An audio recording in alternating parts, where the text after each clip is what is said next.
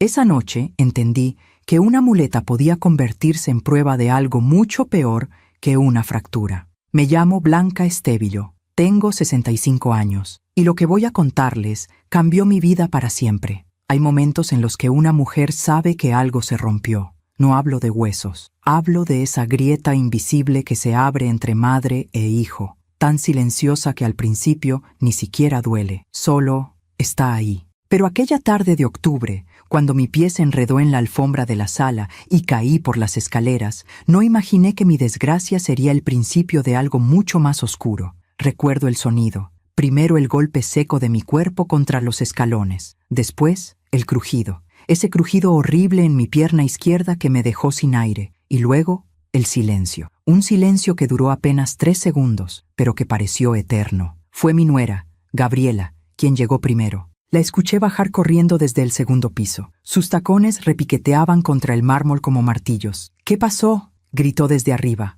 No pude responder. El dolor era tan intenso que apenas podía respirar. Quedé tirada al pie de la escalera, con la pierna doblada en un ángulo que no era natural. Lágrimas calientes me quemaban las mejillas. Gabriela se detuvo frente a mí. No se agachó. No me tocó. Solo me miró desde arriba, con esos ojos oscuros que siempre me habían parecido fríos, pero que ahora parecían algo peor. «Blanca», dijo con voz controlada, «¿estás bien?» No puedo mover la pierna», susurré entre sollozos. Ella suspiró, un suspiro largo, cansado, como si mi dolor fuera un inconveniente. «Alonso está en una junta importante. No podemos molestarlo ahora. Mi hijo, mi único hijo, Alonso, el hombre al que di todo. El niño al que desperté cada mañana con besos en la frente durante 20 años. El joven al que ayudé a pagar su universidad vendiendo las joyas de mi madre. El hombre que un día llegó a casa con Gabriela del brazo y me dijo,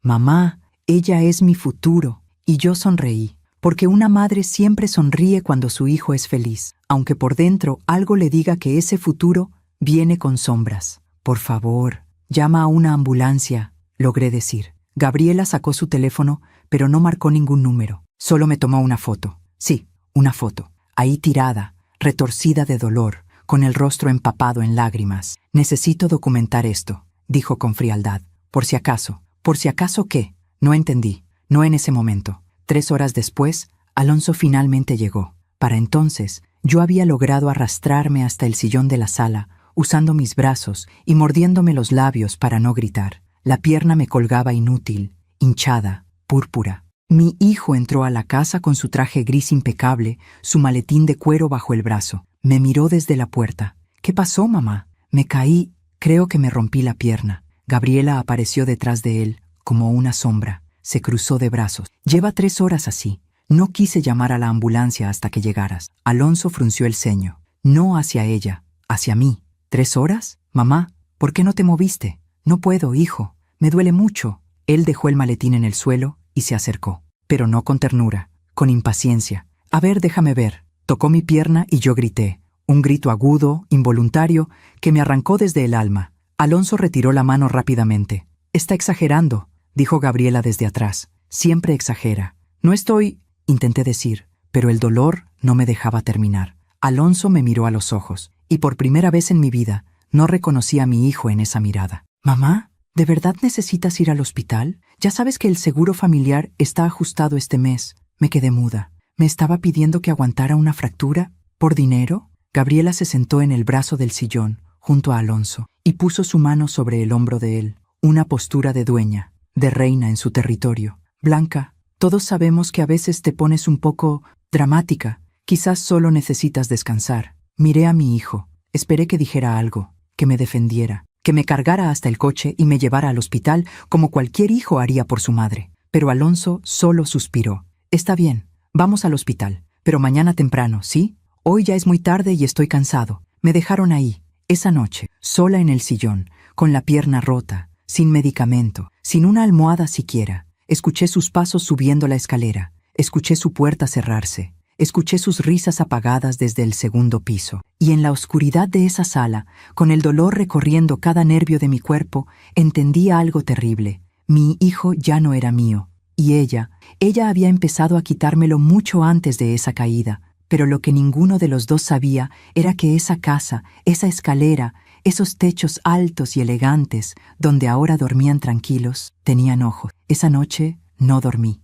no por el dolor, aunque era insoportable, sino porque mi mente viajó hacia atrás, buscando el momento exacto en que todo comenzó a cambiar. ¿Cuándo dejé de ser la madre que mi hijo abrazaba cada mañana para convertirme en esto? ¿En un estorbo? ¿En una exagerada? Cerré los ojos y me vi a mí misma 20 años atrás, en la cocina de nuestra antigua casa. Aquella casita modesta en la colonia Condesa, con sus paredes de azulejo blanco y su olor permanente a canela y café de olla. Alonso tenía 8 años. Llegaba corriendo de la escuela, tiraba la mochila en el sofá y gritaba: «¡Mamá, tengo hambre!». Yo dejaba lo que estuviera haciendo y le preparaba quesadillas con frijoles refritos. Nos sentábamos juntos en esa mesa de madera despintada que heredé de mi abuela. Él me contaba todo: sus amigos, sus maestros, sus sueños. «Mamá, cuando sea grande voy a ser arquitecto y te voy a construir una casa enorme con jardín y fuente».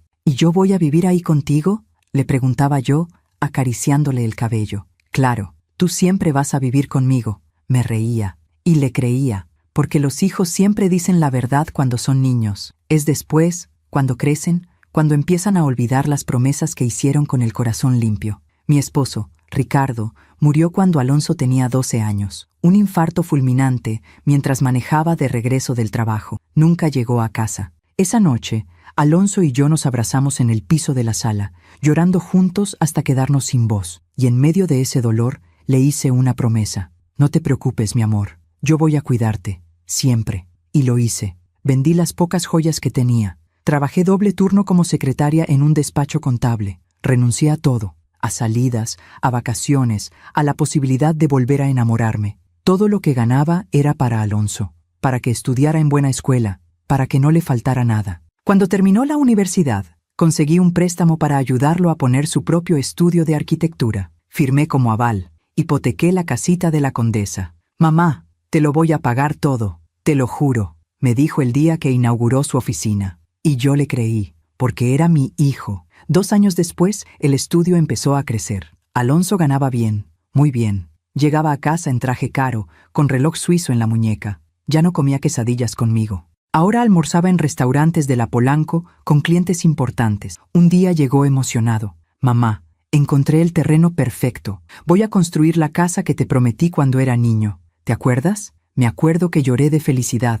Mi niño no había olvidado. La casa tardó 2 años en terminarse. Era hermosa. 3 pisos, jardín con fuente de cantera, ventanales enormes, cochera para 3 autos. Todo lo que Alonso había soñado. El día que nos mudamos, él me abrazó en la entrada. «Esta es tu casa, mamá. Aquí vas a vivir tranquila el resto de tu vida». Y yo me sentí bendecida. Pero hay algo que aprendí demasiado tarde. Las casas grandes se llenan rápido de cosas que no te pertenecen. Y a veces, esas cosas incluyen personas. Gabriela apareció 6 meses después de la mudanza. Alonso la conoció en una cena de negocio. Ella trabajaba en relaciones públicas para una empresa de desarrollo inmobiliario. Era bella, lo admito, alta, delgada, con ese tipo de elegancia fría que intimida. Siempre vestía de negro o blanco. Nunca sonreía demasiado. La primera vez que la trajo a casa, preparé mole poblano, mi especialidad, el platillo que a Alonso le encantaba desde niño. Gabriela apenas probó un bocado.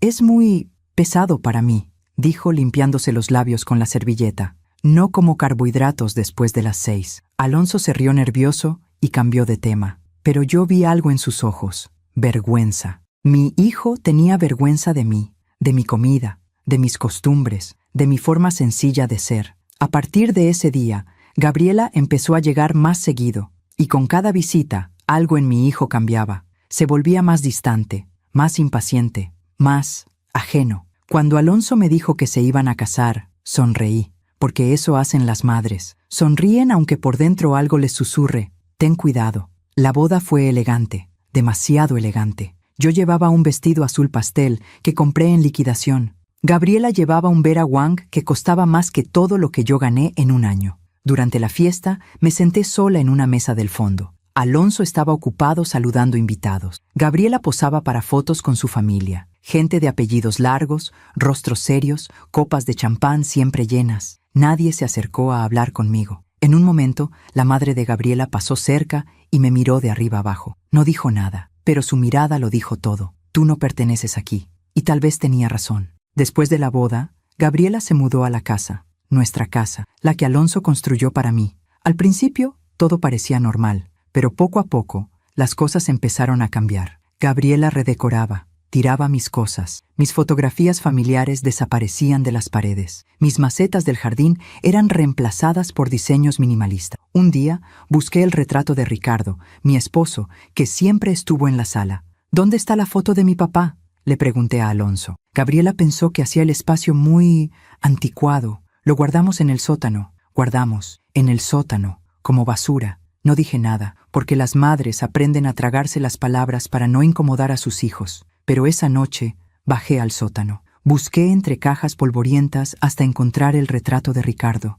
Lo limpié con mi blusa y lo abracé. Perdóname, le susurré a la fotografía. Perdóname por no defender tu memoria. Y ahí, en ese sótano frío y oscuro, rodeada de las cosas que alguna vez formaron mi vida, sentí por primera vez lo que significa estar viva, pero invisible. Nadie me veía ya, ni siquiera mi propio hijo. Los meses siguientes fueron como caminar sobre vidrio roto. Cada paso que daba en mi propia casa parecía molestar a alguien. Gabriela tenía reglas, muchas reglas. No podía usar la cocina después de las 9 de la noche porque el ruido de los trastes la despertaba. No podía poner música en la sala porque interfería con su concentración. No podía regar las plantas del jardín en las mañanas porque el jardinero venía los martes y eso era su trabajo, no el mío. Mi espacio se fue encogiendo. Primero dejé de usar la sala, después la cocina. Al final, pasaba la mayor parte del tiempo en mi habitación del tercer piso.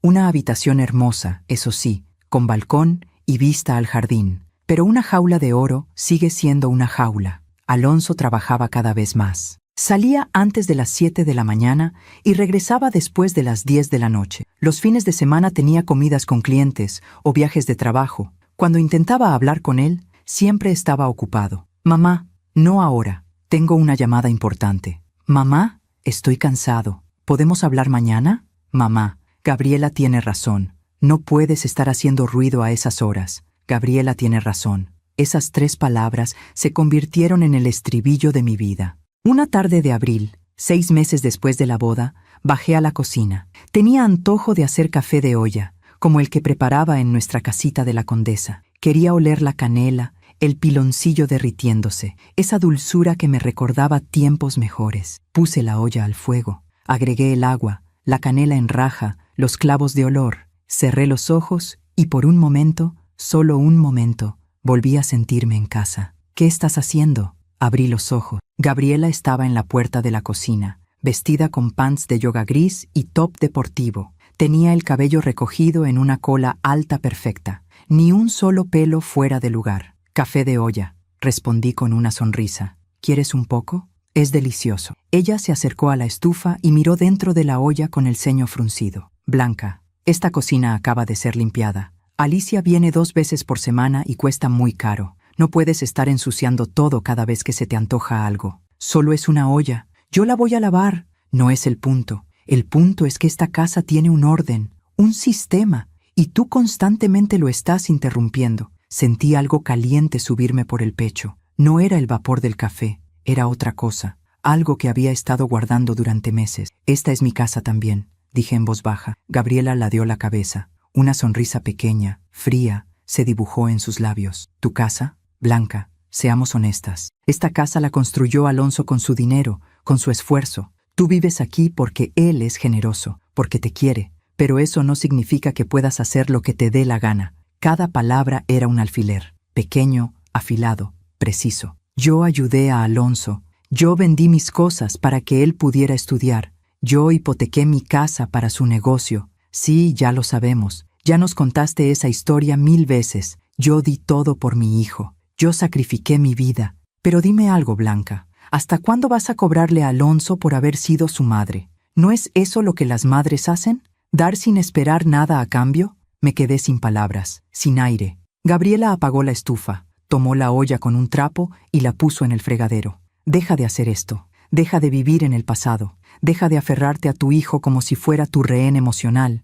Él tiene una vida ahora, una esposa, y eventualmente tendremos hijos. Necesitas entender cuál es tu lugar en esta familia. Salió de la cocina dejando un silencio denso, tóxico. Me quedé ahí, de pie, viendo el café de olla derramándose por el fregadero como lágrimas oscuras. Esa noche no cené. Me encerré en mi habitación y lloré hasta quedarme dormida. Cuando desperté, eran las 3 de la madrugada. La casa estaba en silencio absoluto. Bajé al primer piso con cuidado de no hacer ruido. No quería molestar, no quería interrumpir el sistema. Caminé descalza por la sala, acariciando con los dedos las paredes que alguna vez imaginé mías. Llegué al estudio de Alonso. La puerta estaba entreabierta. Entré. Todo olía a él, a su loción cara, a cuero, a tabaco de pipa que fumaba a veces cuando estaba estresado. En las paredes colgaban sus diplomas, sus reconocimientos, fotografías con clientes importantes, con arquitectos famosos. Busqué entre todas esas imágenes. ¿Habría una sola fotografía mía?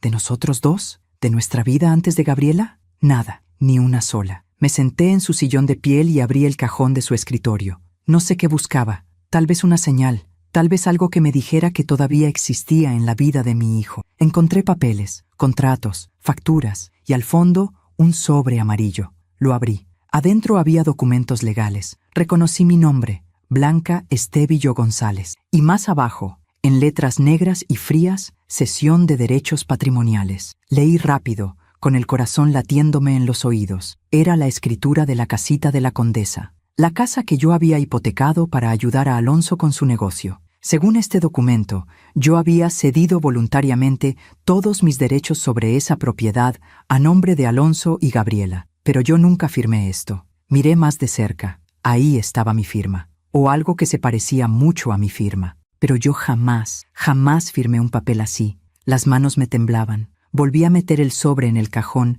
exactamente como lo encontré. Subí las escaleras como sonámbula. Cuando llegué a mi habitación, me senté en la cama y miré por la ventana hacia el jardín oscuro. La fuente de cantera brillaba bajo la luz de la luna. Todo era hermoso, todo era perfecto, pero nada era mío. Y en ese momento entendí algo terrible. Gabriela no solo quería quitarme a mi hijo, quería borrarme por completo. A la mañana siguiente, intenté hablar con Alonso. Lo esperé en el desayunador. Él bajó a las 7, como siempre, con su traje azul marino y su portafolio. «Hijo, necesito hablar contigo. Es importante». «Ahora no, mamá. Tengo una presentación con inversionistas japoneses y no puedo llegar tarde». «Pero es sobre la casa de la condesa». Gabriela apareció detrás de él. Llevaba una bata de seda color marfil. Se sirvió un vaso de agua con limón y me miró. «Blanca, Alonso está ocupado. Si necesitas hablar de algo, podemos hacerlo tú y yo más tarde». «No»,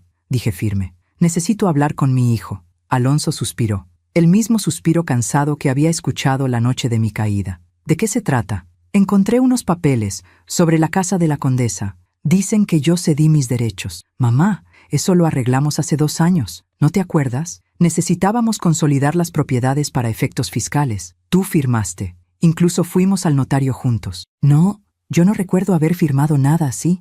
Gabriela puso su mano sobre el hombro de Alonso. Cariño, tu mamá está teniendo muchos olvidos últimamente. El otro día no recordaba dónde había dejado sus lentes. Ayer olvidó que ya había desayunado y volvió a bajar. Tal vez deberíamos llevarla con un médico. No estoy olvidando nada, dije con voz temblorosa. Yo sé lo que firmé y lo que no. Alonso me miró con algo nuevo en sus ojos, algo que nunca antes había visto dirigido hacia mí. Lástima. Mamá, tienes 65 años. Es normal que la memoria falle. No es nada de qué avergonzarse, pero necesitas aceptarlo. No estoy senil, Alonso. Sé perfectamente suficiente. Su voz retumbó en el desayunador. Estoy harto de esto, harto de tus dramas, harto de tus reclamos constantes. Gabriela tiene razón. Vives en el pasado, todo el tiempo recordándome lo que hiciste por mí, haciéndome sentir culpable por tener una vida propia. Yo nunca... Sí, mamá, siempre. Yo vendí mis joyas. Yo trabajé doble turno. Yo sacrifiqué todo. ¿Sabes qué? Ya te lo pagué. Te di esta casa. Tienes un techo, comida, todo lo que necesitas. ¿Qué más quieres? Las lágrimas comenzaron a rodar por mis mejillas. Solo quiero que me escuches. No tengo tiempo para esto. Tomó su portafolio y salió por la puerta. Gabriela me miró un momento antes de seguirlo. En sus ojos vi algo que me heló la sangre. Victoria. Me quedé sola en ese desayunador enorme, rodeada de mármol y acero inoxidable, con el sol de la mañana entrando por los ventanales, y me sentí más sola que nunca en mi vida, porque puedes estar rodeada de lujo, de belleza, de todo lo material. Pero si las personas que amas te miran como si fueras un estorbo, estás completamente sola. Esa tarde, caminé por la casa en silencio, toqué las paredes, miré cada rincón, y entendí algo con claridad escalofriante. Esta no era mi casa, nunca lo fue. Yo solo era una invitada que había sobrepasado su bienvenida. Y ahora, alguien estaba preparando mi salida. Después de aquella discusión en el desayunador, algo cambió en mí. O tal vez sería más honesto decir que algo se rompió. Decidí que la mejor manera de sobrevivir en esa casa era volverme invisible. Si mi presencia molestaba, entonces desaparecería. Me convertiría en un fantasma silencioso que no ensuciaba, no hacía ruido, no interrumpía el sistema. Comencé a despertar a las 5 de la mañana. Bajaba a la cocina antes que nadie. Preparaba mi café en silencio. Lo tomaba rápido y lavaba todo hasta que no quedaba ni una gota de agua en el fregadero. Subía a mi habitación antes de que Alonso o Gabriela despertaran. Para el desayuno ya no bajaba. Guardaba galletas María y té en mi cuarto. Eso era suficiente. La comida la hacía a las 3 de la tarde, cuando Gabriela salía al gimnasio y Alonso estaba en la oficina. Calentaba algo rápido, comía de pie junto al refrigerador, lavaba el plato 3 veces para asegurarme de que no quedara rastro. Las cenas las evitaba completamente. Me quedaba en mi habitación leyendo revistas viejas o viendo por la ventana cómo se ponía el sol sobre el jardín que alguna vez pensé que sería mío. A veces, en esos atardeceres largos y dorados, me preguntaba, ¿cuándo me convertí en esto? ¿Cuándo dejé de ser Blanca, la mujer fuerte que sacó adelante a su hijo sola, para convertirme en Blanca, la vieja molesta que estorba? Pero las respuestas duelen demasiado, y yo ya estaba demasiado cansada para seguir doliendo. Una tarde de mayo, 3 meses después de la discusión, estaba en mi habitación doblando ropa. Era jueves. Los jueves venía Alicia, la empleada doméstica, pero Gabriela le había dado instrucciones de no subir al 3er piso. La señora Blanca prefiere limpiar su propio espacio, le dijo. Mentira. Pero yo no la contradije. Escuché que alguien subía las escaleras. Pasos lentos, pesados. Era Alonso. Tocó la puerta. «Mamá, ¿puedo pasar?» Me apresuré a esconder las galletas María que tenía sobre la cama. «Sí, pasa, hijo». Entró con las manos en los bolsillos. Traía puesto un suéter color vino que yo le había regalado 2 navidades atrás. Verlo con esa prenda me dio una pequeña esperanza tonta. Tal vez todavía quedaba algo del Alonso que yo conocía. «¿Cómo estás?», preguntó, pero sin mirarme a los ojos. «Bien, hijo. ¿Tú?» «Cansado. Mucho trabajo». Se sentó en el borde de mi cama. Yo me senté en la silla del escritorio, manteniendo distancia. Había aprendido a no acercarme demasiado, a no asfixiar con mi presencia. «Mamá, necesito hablar contigo». Mi corazón se aceleró. Algo en su tono me decía que esto no iba a ser bueno. «Claro, dime». Gabriela y yo hemos estado pensando sobre el futuro, sobre nosotros. Asentí en silencio. Queremos tener hijos, pronto, y esta casa, aunque es grande, necesita ajustes. El 3er piso sería perfecto para un cuarto de juegos y una habitación para el bebé. Tiene buena luz, espacio amplio. Entendí a dónde iba esto antes de que terminara de hablar. Entonces pensamos que tal vez sería bueno que tuvieras tu propio espacio, algo más, apropiado para ti. ¿Apropiado? Repetí la palabra como si fuera extranjera. Sí, hay unas residencias muy bonitas aquí cerca, para adultos mayores. Tienen jardines, actividades, enfermeras las 24 horas. Podrías hacer amigas, tener una vida social. Aquí estás muy sola, mamá. Todo el día encerrada en tu cuarto. Sentí que el piso se abría bajo mis pies. ¿Me estás pidiendo que me vaya? No es eso. Solo estamos pensando en lo que es mejor para todos. Para ti también. Vas a cumplir 66 años. Necesitas estar con gente de tu edad. Y nosotros necesitamos nuestro espacio como pareja, como futura familia. Alonso, esta casa la construiste tú para mí. Me dijiste que aquí iba a vivir el resto de mi vida. Y puedes visitarnos cuando quieras. No es como si te estuviéramos echando. Solo es una transición, algo natural. ¿Natural? La palabra salió como un grito ahogado. ¿Natural es que me saques de mi casa para darle mi cuarto a un bebé que ni siquiera existe todavía? Alonso se puso de pie. Ya no había suavidad en su rostro. ¿Ves, mamá? Por esto es difícil hablar contigo. Todo lo vuelves drama. Todo lo personalizas. Estamos tratando de planear nuestro futuro y tú solo piensas en ti misma. Yo solo pienso en mí misma. Me puse de pie también. Alonso, yo renuncié a todo por ti. A todo. ¿Y ahora me dices que soy egoísta por querer tener un lugar en la vida de mi único hijo?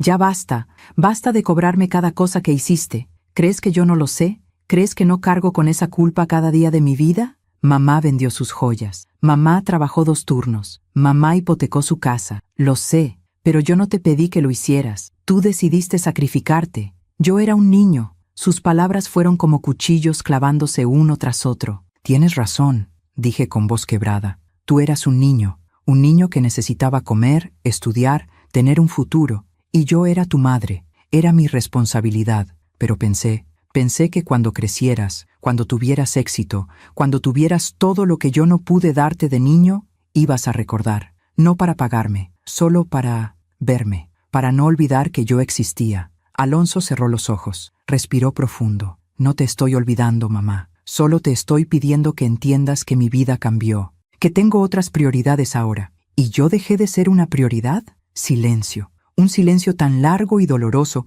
que fue más claro que cualquier respuesta. Piénsalo, dijo finalmente. Visitamos 3 residencias la semana pasada. Todas son muy lindas. Te voy a mandar los folletos. Tómate tu tiempo, pero no mucho tiempo. Gabriela quiere empezar con las remodelaciones en junio. Salió de la habitación cerrando la puerta con suavidad, como si la suavidad pudiera borrar la violencia de sus palabras. Me quedé de pie, inmóvil, viendo la puerta cerrada. Después me desplomé en la cama y lloré. Lloré de una forma en que no había llorado desde que Ricardo murió. Lloré hasta quedarme sin lágrimas, sin voz, sin nada más que un vacío inmenso en el pecho. Esa noche no pude dormir. Me la pasé sentada junto a la ventana, viendo las estrellas aparecer una por una en el cielo oscuro. Y me hice preguntas que nunca pensé que tendría que hacerme. ¿En qué momento se volvió tan fácil para mi hijo dejarme ir? ¿Hubo un día específico en que dejé de importarle? ¿O fue poco a poco, tan despacio que ninguno de los dos lo notamos hasta que ya era demasiado tarde?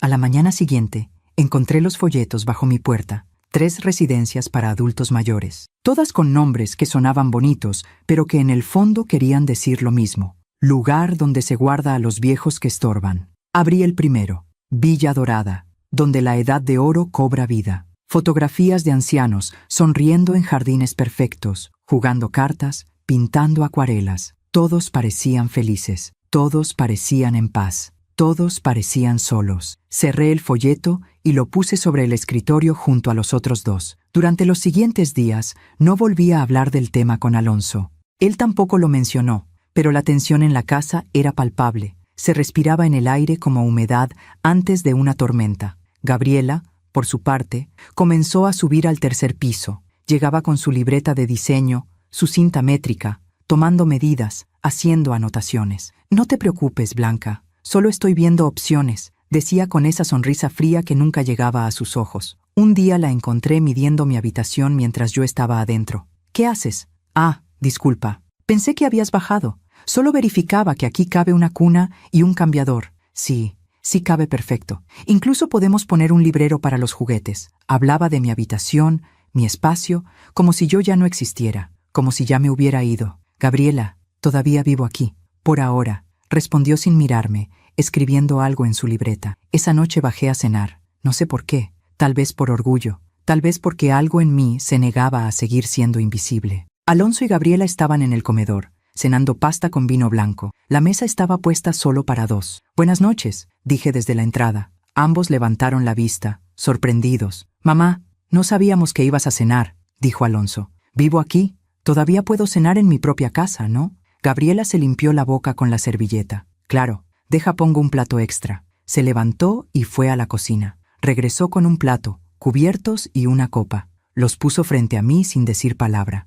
Me senté. Serví pasta en mi plato. El silencio era denso, incómodo. ¿Cómo estuvo tu día?, le pregunté a Alonso. Bien, ocupado. ¿Sigues con el proyecto de las torres en Interlomas? Sí. Monosílabos. Mi hijo me respondía con monosílabos como si fuera una extraña molesta. Gabriela bebió de su vino y me miró directamente. Blanca, ¿ya viste los folletos que te dejamos? Sí. ¿Y? ¿Qué te parecieron? No me interesa ninguno. Alonso dejó el tenedor en el plato con un golpe seco. Mamá, no puedes seguir posponiendo esto. No estoy posponiendo nada. Simplemente no voy a irme. No es tu decisión, dijo Gabriela con calma helada. ¿Perdón? Esta casa está a nombre de Alonso y mío. Tú vives aquí porque nosotros te lo permitimos. Pero si decidimos que ya no es funcional para nuestra familia, tienes que aceptarlo. Miré a mi hijo, esperando que dijera algo, que la contradijera, que me defendiera. No dijo nada. Alonso, ¿es verdad eso? ¿Así me ves? ¿Como alguien que vive aquí porque ustedes me lo permiten? Él no me miró a los ojos. Mamá, solo queremos lo mejor para todos, y esta situación no está funcionando. Te la pasas encerrada, triste, peleando con nosotros. En una residencia estarías mejor. Lo digo por tu propio bien. ¿Por mi propio bien?, repetí lentamente. ¿O por el suyo? Las dos cosas, dijo Gabriela. No tiene que ser un conflicto. Puede ser una transición amistosa, pacífica, civilizada. ¿Y si no quiero irme? Gabriela y Alonso se miraron. Algo pasó entre ellos en esa mirada, algo que ya habían hablado antes. Entonces tendremos que tomar otras medidas, dijo Gabriela. ¿Qué medidas? Legales. La palabra cayó como una piedra en agua quieta. ¿Me estás amenazando? No es una amenaza, es una realidad. Esta casa es nuestra. Y si nos obligas, buscaremos la manera legal de que te vayas. Me puse de pie tan rápido que la silla cayó hacia atrás. Eres una víbora. Blanca, no, déjame hablar. Tú llegaste a esta casa que yo ayudé a construir. Tú te metiste en mi familia. Tú le lavaste el cerebro a mi hijo para que me vea como un estorbo. Gabriela se puso de pie también. Ya no había ni rastro de calma en su rostro. Yo no le lavé el cerebro a nadie. Yo solo le abrí los ojos. Le hice ver que su madre era una manipuladora emocional que usa el pasado como arma, que lo tiene atado con culpa, que no lo deja crecer. Eso es mentira. ¿De verdad? Entonces dime, Blanca, ¿cuántas veces le has recordado a Alonso todo lo que hiciste por él? ¿Cuántas veces has usado tus sacrificios para hacerlo sentir culpable? ¿Cuántas veces has llorado para conseguir lo que quieres? Ya basta. La voz de Alonso retumbó en el comedor. Las dos, basta. Pero ya era demasiado tarde. Las palabras estaban dichas. La verdad, o lo que cada quien creía que era la verdad, estaba sobre la mesa como un cadáver. Alonso me miró con ojos cansados. Mamá, por favor, vete a tu cuarto. ¿Me estás corriendo de la mesa? Te estoy pidiendo que subas, por favor. Miré a mi hijo, a este hombre de 38 años, exitoso, bien vestido, con una casa hermosa y una esposa elegante. Y no lo reconocí. Este no era el niño que lloraba en mis brazos cuando tenía pesadillas. Este no era el joven que me abrazaba llorando el día que murió su padre. Este no era el hombre que me prometió cuidarme siempre. Este era un extraño. Y los extraños no duelen tanto cuando te rechazan. Salí del comedor sin decir nada más. Subí las escaleras despacio, aferrándome al barandal. Mi corazón latía demasiado rápido. Me dolía el pecho. Cuando llegué a mi habitación, cerré la puerta con seguro. Me senté en el piso, contra la puerta, y abracé mis rodillas. Y ahí, en esa posición de niña asustada, entendí algo fundamental. No importaba cuánto me aferrara, no importaba cuánto peleara. Ya había perdido a mi hijo. Gabriela había ganado, y yo solo era un obstáculo que ellos necesitaban remover para poder ser felices. Esa noche, el cielo se llenó de nubes oscuras. Comenzó a llover. Una lluvia fuerte, rabiosa, que golpeaba contra mi ventana como puños exigiendo entrar. Me quedé despierta toda la noche, escuchando la tormenta, y por primera vez en mi vida deseé desaparecer. Simplemente dejar de existir, para que todos pudieran seguir adelante sin la carga de tener que lidiar conmigo. Los días después de aquella cena fueron extraños, silenciosos, como si la casa entera estuviera conteniendo la respiración. Alonso salía temprano y regresaba tarde. Gabriela pasaba horas en su estudio del segundo piso, hablando por teléfono, organizando cosas que yo no entendía. A veces la escuchaba reírse, una risa ligera, victoriosa. Yo me quedaba en mi habitación, comía galletas y té, leía los mismos libros una y otra vez, sin retener nada de lo que decían. Las palabras pasaban frente a mis ojos como sombras sin significado. Una tarde de principios de junio, decidí bajar al jardín. Necesitaba aire, necesitaba sentir el sol en la cara, aunque solo fuera por unos minutos. El jardín estaba precioso. Las rosas que yo había plantado 2 años atrás florecían en tonos rojos y blancos. La fuente de cantera sonaba con ese murmullo constante que siempre me había parecido reconfortante. Me senté en la banca de hierro forjado bajo el sauce. Cerré los ojos. Respiré profundo. Por un momento, solo un momento, sentí paz. Blanca.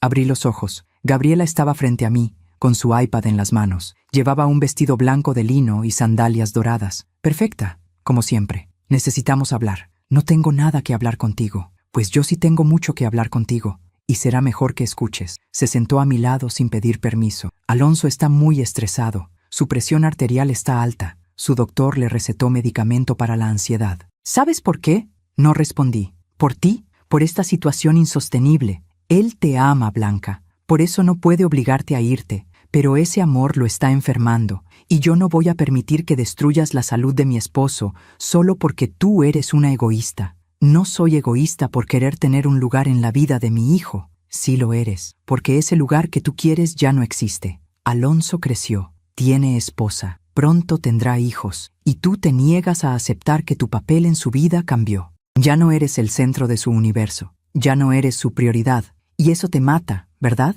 Cada palabra era precisa, calculada, diseñada para herir. Sé lo que estás haciendo, dije en voz baja. Sé que estás tratando de alejarme de él. Gabriela sonrió, una sonrisa pequeña, casi imperceptible. No tengo que hacer nada. Tú solita te estás alejando. Cada vez que lloras, cada vez que reclamas, cada vez que le recuerdas lo que sacrificaste, lo empujas más lejos. Y cuando finalmente se vaya, no va a ser culpa mía, va a ser tuya. Se puso de pie. Tienes hasta el 30 de junio, un mes, para elegir una residencia y mudarte. Si no lo haces voluntariamente, vamos a iniciar un proceso legal. Y créeme, Blanca, no quieres que lleguemos a eso. ¿Proceso legal? ¿Con qué argumento? Con el argumento de que eres una persona mayor con problemas de memoria que representa un riesgo para sí misma y para otros. Ya tenemos documentación de tus olvidos. Ya le comentamos la situación a un abogado especializado en derecho familiar. No va a ser difícil. Sentí que el mundo se inclinaba bajo mis pies. Eso es mentira. Yo no tengo problemas de memoria. ¿No? Entonces, ¿sí recuerdas haber firmado la cesión de derechos de tu casa? Porque hace 3 meses juraste que no lo recordabas. Porque nunca firmé eso. Ahí está. ¿Ves? Pierdes la memoria. Olvidas cosas importantes. Eso es preocupante en alguien de tu edad.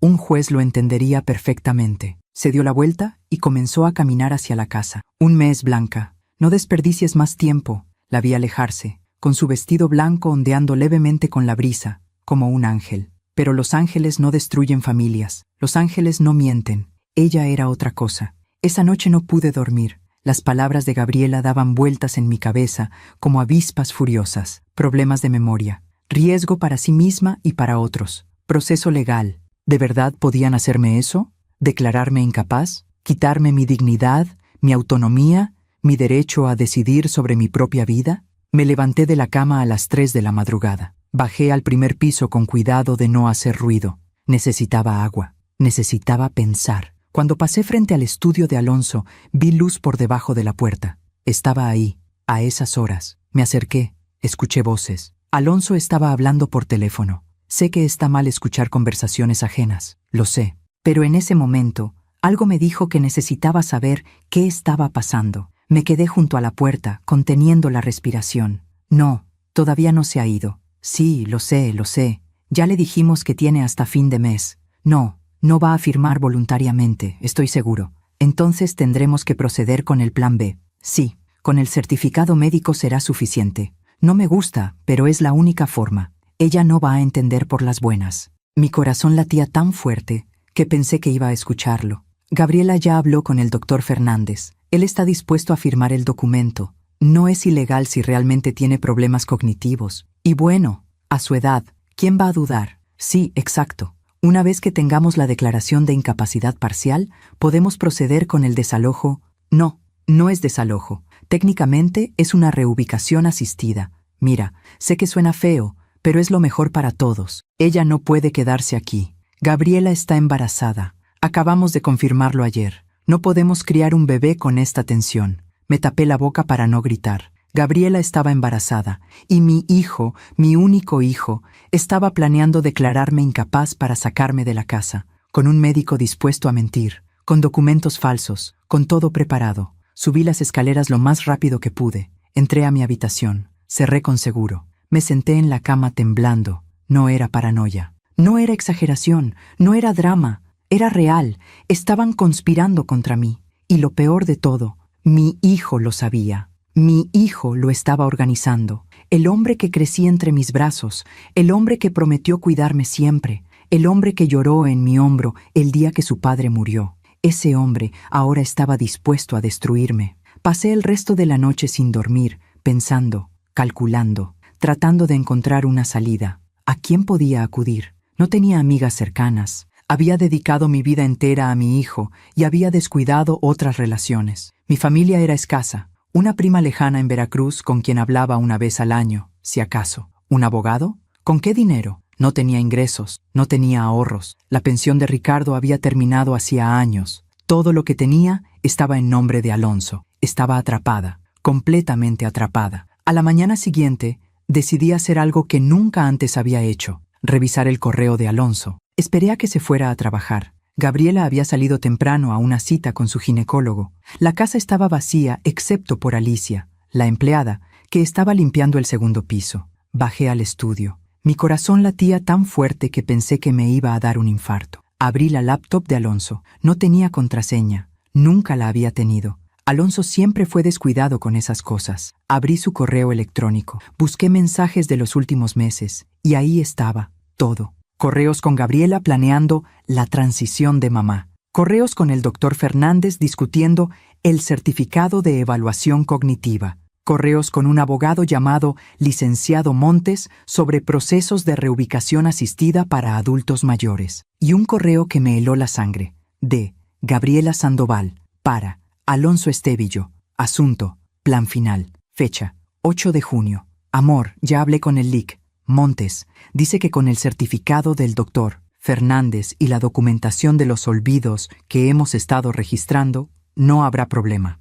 El proceso puede tardar entre 2 y 4 semanas. Una vez que tengamos la declaración de incapacidad parcial, tu mamá no podrá oponerse legalmente a la reubicación. La residencia Villa Dorada tiene un espacio disponible a partir del 15 de julio. Ya aparté el lugar con una seña de 20,000 pesos. En cuanto se vaya, podemos empezar la remodelación del tercer piso. El arquitecto ya tiene los planos listos. Todo va a salir perfecto. Te amo, G. Leí el correo 3 veces. Cada palabra era un clavo en mi corazón. No solo querían sacarme, tenían todo calculado, con fechas, con dinero, con profesionales dispuestos a mentir. Y lo peor, lo llamaban plan final, como si yo fuera un problema que había que resolver, un obstáculo que había que remover. No una persona, no una madre, un problema. Imprimí el correo, imprimí todos los correos relacionados. Salí del estudio con las hojas dobladas bajo mi blusa. Subí a mi habitación justo cuando escuché que Gabriela entraba por la puerta principal.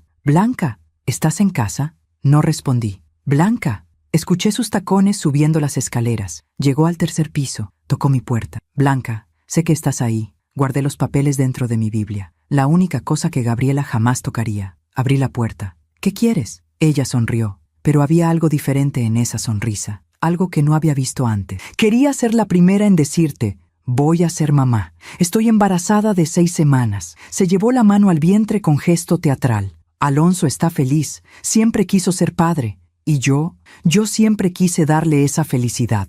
Así que imagínate, Blanca, pronto esta casa se va a llenar de risas de bebé, de juguetes, de vida nueva. ¿No es hermoso?». Me quedé callada. «Claro que para eso», continuó, «necesitamos espacio, paz, un ambiente tranquilo y positivo. No podemos tener tensiones, ¿me entiendes? Te entiendo perfectamente. Bien, porque sé que en el fondo tú quieres lo mejor para Alonso, y lo mejor para él ahora es que tú te vayas. Así él podrá concentrarse en su nueva familia, en su hijo, en su futuro. ¿Y yo qué soy? ¿Su pasado?». Gabriela ladeó la cabeza pensativa. «No, Blanca, tú no eres su pasado. Eres una deuda pagada. Él ya te dio todo lo que te debía. Casa, comida, techo. Cumplió su parte. Ahora es tiempo de que tú cumplas la tuya. Dejarlo ir». «Una deuda pagada», repetí lentamente. «Así es. Y las deudas pagadas no se cobran 2 veces». Se dio la vuelta y comenzó a bajar las escaleras. Antes de desaparecer, volteó. «Ah, por cierto, el doctor Fernández va a venir mañana para hacerte una evaluación. Solo rutina, cosas de la edad. Nada de qué preocuparse». Y se fue. Me quedé parada en el umbral de mi puerta. El doctor Fernández, la evaluación, el certificado falso. Todo estaba en marcha, pero ahora yo lo sabía. Tenía las pruebas. Los correos impresos escondidos en mi Biblia, y por primera vez en meses, algo despertó dentro de mí. No era esperanza, todavía no. Era algo más primitivo, más visceral. Era instinto de supervivencia. Si iban a destruirme, no lo harían sin pelear. Porque una cosa es rendirse cuando ya no hay salida, y otra muy distinta es dejarte pisar cuando todavía puedes levantarte. Esa noche, saqué los papeles de la Biblia y los leí una y otra vez. Memoricé fechas, nombres, frases exactas. No sabía todavía qué iba a hacer con esa información, pero sabía que era lo único que tenía, mi única arma. Y cuando estás acorralada, cuando te quitan todo, cuando te borran hasta de la vida del único ser que amaste sobre todas las cosas, incluso el más débil encuentra fuerzas para defenderse, aunque esa defensa duela, aunque esa defensa cueste todo, aunque esa defensa signifique aceptar que la guerra ya comenzó, y que esta vez no estaba dispuesta a perder en silencio. El doctor Fernández llegó a las 10 de la mañana del día siguiente. Era un hombre de unos 50 años, con lentes de armazón grueso y una sonrisa profesional que no llegaba a sus ojos. Gabriela lo recibió en la puerta como si fuera un invitado de honor.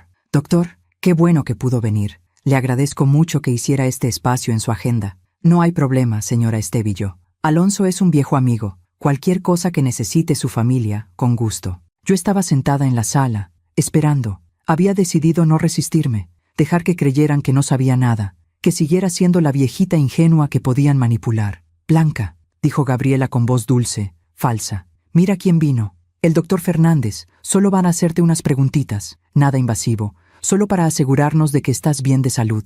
El doctor se sentó frente a mí, sacó una carpeta de su maletín. «Señora Blanca, buenos días. ¿Cómo se encuentra?» «Bien, doctor. Me da gusto». «Bueno, vamos a hacer una evaluación cognitiva básica. Solo preguntas sencillas, ¿está bien?» Asentí. «¿Qué día es hoy?» «Jueves 10 de junio». «Perfecto. ¿En qué año estamos?» 2025. «Excelente. ¿Cómo se llama el presidente de México?» Respondí correctamente. Y a las siguientes 10 preguntas también. Nombres, fechas, operaciones matemáticas simples. Todo correcto. Vi cómo el doctor Fernández fruncía el ceño. Esto no estaba saliendo como él esperaba. Gabriela, de pie detrás del sillón, cruzó los brazos. Su rostro ya no mostraba esa dulzura fingida.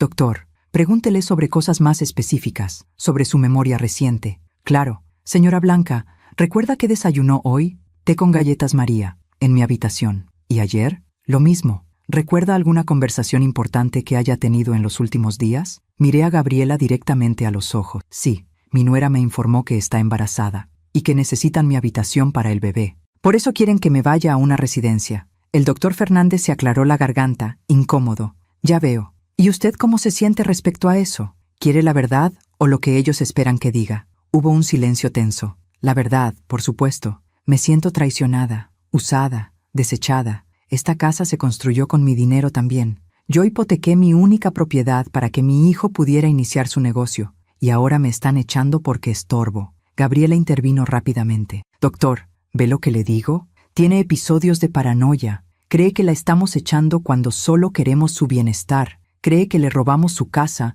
cuando ella voluntariamente cedió sus derechos hace años». «Yo nunca cedí nada voluntariamente», dije con voz firme. «¿Lo ve?», insistió Gabriela. «No recuerda haber firmado. No recuerda haber ido al notario. Esos son claros signos de deterioro cognitivo». El doctor Fernández escribió algo en su carpeta. Luego me miró con expresión seria. «Señora Blanca, ¿ha tenido problemas para recordar dónde deja las cosas? ¿Se ha perdido en lugares conocidos? ¿Olvida nombres de personas cercanas? No. ¿Ha tenido problemas para cocinar o realizar tareas cotidianas que antes hacía sin problema? No. De hecho, cocino perfectamente, pero no me dejan usar la cocina porque ensucio y interrumpo el sistema de la casa». «Blanca, eso no es cierto», dijo Gabriela con tono de cansancio teatral. «Nadie te prohíbe cocinar. Es solo que a veces olvidas apagar la estufa. Es peligroso». «Eso es mentira», respondí con calma. «Nunca he dejado la estufa encendida. Hace 2 meses sí lo hiciste. Tuve que subir a avisarte. Pudiste causar un incendio. Eso jamás pasó. ¿Lo ve, doctor? Ni siquiera recuerda incidentes recientes. Está claro que su memoria está fallando». Me quedé mirándola. Gabriela estaba mintiendo descaradamente frente a un médico, inventando incidentes que nunca ocurrieron. Y el doctor lo anotaba todo como si fuera verdad. Sentí la rabia subir por mi garganta como lava. Doctor Fernández, dije despacio, controlando mi voz. ¿Cuánto le están pagando por esto? Él levantó la vista, sorprendido. ¿Disculpe? Le pregunté cuánto le pagan por mentir en un certificado médico. Gabriela soltó una risa nerviosa. Blanca, por favor, nadie está mintiendo. El doctor solo está haciendo su trabajo. Su trabajo es diagnosticar enfermedades reales, no inventarlas. El doctor Fernández cerró su carpeta. Señora, entiendo que esto es difícil para usted. Nadie quiere aceptar que está perdiendo facultades, pero la negación es parte del proceso. Su familia está preocupada, solo quieren ayudarla. Mi familia quiere mi habitación para remodelar, y usted está dispuesto a firmar un papel falso para que eso suceda. El ambiente se puso tenso, pesado. Gabriela dio un paso adelante. Doctor, creo que es suficiente por hoy. Como ve, tiene episodios de agresividad también. Acusa a la gente de conspirar contra ella. Es parte de la paranoia. El doctor se puso de pie. Voy a recomendar una evaluación más profunda, con un neurólogo especializado, para tener un diagnóstico más preciso. ¿Y ese neurólogo también será un amigo de la familia?, pregunté. El doctor Fernández no respondió. Tomó su maletín y se dirigió a la puerta. Gabriela, te llamo más tarde. Necesitamos hablar sobre los siguientes pasos. Después de que se fue, Gabriela se quedó de pie en medio de la sala, mirándome con una mezcla de frustración y desprecio. ¿Qué crees que lograste con eso? ¿Crees que te salvaste? Lo único que hiciste fue demostrar exactamente lo que necesitábamos, que eres hostil, paranoica y no cooperas. Eso también se puede incluir en el reporte. Inclúyelo, y yo incluiré los correos que imprimí de la computadora de Alonso. El rostro de Gabriela palideció, solo un segundo, pero lo suficiente para que yo supiera que había dado en el blanco. ¿De qué hablas? Sabes perfectamente de qué hablo. Los correos entre tú y Alonso, entre ustedes y el doctor Fernández, entre ustedes y el abogado. Todo el plan final para sacarme de aquí. Gabriela apretó los puños. Estuviste espiando. Estuve defendiéndome. Esos correos son privados. No tienes derecho. ¿Derecho? ¿Me hablas de derechos? ¿Tú, que estás planeando declararme incapaz con documentos falsos? Gabriela respiró profundo. Cuando habló de nuevo, su voz era fría como hielo. Escúchame bien, Blanca. Puedes tener esos correos, puedes imprimirlos, puedes enseñárselos a quien quieras, pero nadie te va a creer. Eres una mujer de 65 años, sin dinero, sin amigos, sin familia cercana. Nosotros somos una pareja exitosa, con recursos, con contactos. ¿A quién crees que va a creer un juez? A quien tenga las pruebas. Las pruebas se pueden explicar, se pueden contextualizar. Diremos que estabas espiando, que manipulaste información, que tu paranoia te hizo malinterpretar conversaciones privadas, y tu conducta de hoy, confrontando al médico, acusándolo de fraude, solo refuerza nuestro caso. Tenía razón, y lo peor es que yo lo sabía, pero no iba a darle la satisfacción de verme derrumbada. Haz lo que tengas que hacer, Gabriela, pero yo no voy a firmar nada, no voy a irme voluntariamente, y si me obligan, voy a pelear. Pues prepárate para perder, porque esta guerra ya está ganada. Subió las escaleras con pasos firmes. La escuché entrar a su habitación. Escuché su voz hablando por teléfono. Probablemente con Alonso. Probablemente reportando todo lo que había pasado. Me quedé sola en la sala. Y por primera vez sentí algo más grande que la tristeza. Sentí claridad. Había vivido todos esos meses pensando que si me hacía pequeña, invisible, sumisa, tal vez podrían amarme de nuevo. Tal vez podrían ver mi valor. Pero ahora entendía. No importaba lo pequeña que me hiciera. No importaba cuánto me humillara. Para ellos, yo ya no era una persona. Era un estorbo, un mueble viejo que había que sacar. Y contra eso, no había sumisión que valiera. Subí a mi habitación. Saqué los correos impresos de la Biblia. Los leí de nuevo. Gabriela tenía razón en algo. Legalmente, yo estaba en desventaja. No tenía dinero para un abogado. No tenía familia que me respaldara. No tenía forma de probar que me habían falsificado una firma en la cesión de derechos. Pero tenía algo que ellos no esperaban. Tenía dignidad. Y aunque me quitaran la casa, aunque me echaran a la calle, aunque me declararan incapaz, no iban a quitarme eso. Esa noche, Alonso llegó a casa cerca de las 11. Escuché su voz en el piso de abajo, hablando con Gabriela. Voces bajas, urgentes. Minutos después, tocó a mi puerta. «Mamá, abre. Necesitamos hablar». Abrí. Alonso entró. Se veía cansado. Ojeras profundas, corbata aflojada, cabello despeinado. ¿Por qué le dijiste esas cosas al doctor Fernández? ¿Cuáles cosas? ¿La verdad? Lo acusaste de fraude, mamá. ¿Tienes idea del problema que eso puede causar? ¿Problema para quién? ¿Para él, ¿Que estaba dispuesto a falsificar un diagnóstico? ¿O para ti, que lo contactaste para que lo hiciera? Alonso cerró los ojos. Mamá, nadie está falsificando nada. Estamos preocupados por ti. Realmente creemos que necesitas ayuda. Mentira. No es mentira. Sí lo es. Leí los correos, Alonso. Todos. El plan final, las fechas, la seña pagada en Villadorada, los planos de remodelación. Todo estaba planeado antes de que ese doctor pusiera un pie en esta casa. Alonso abrió los ojos. Me miró con algo que no pude descifrar. ¿Culpa? ¿Rabia? ¿Vergüenza? Revisaste mi computadora. Sí, eso es invasión de privacidad.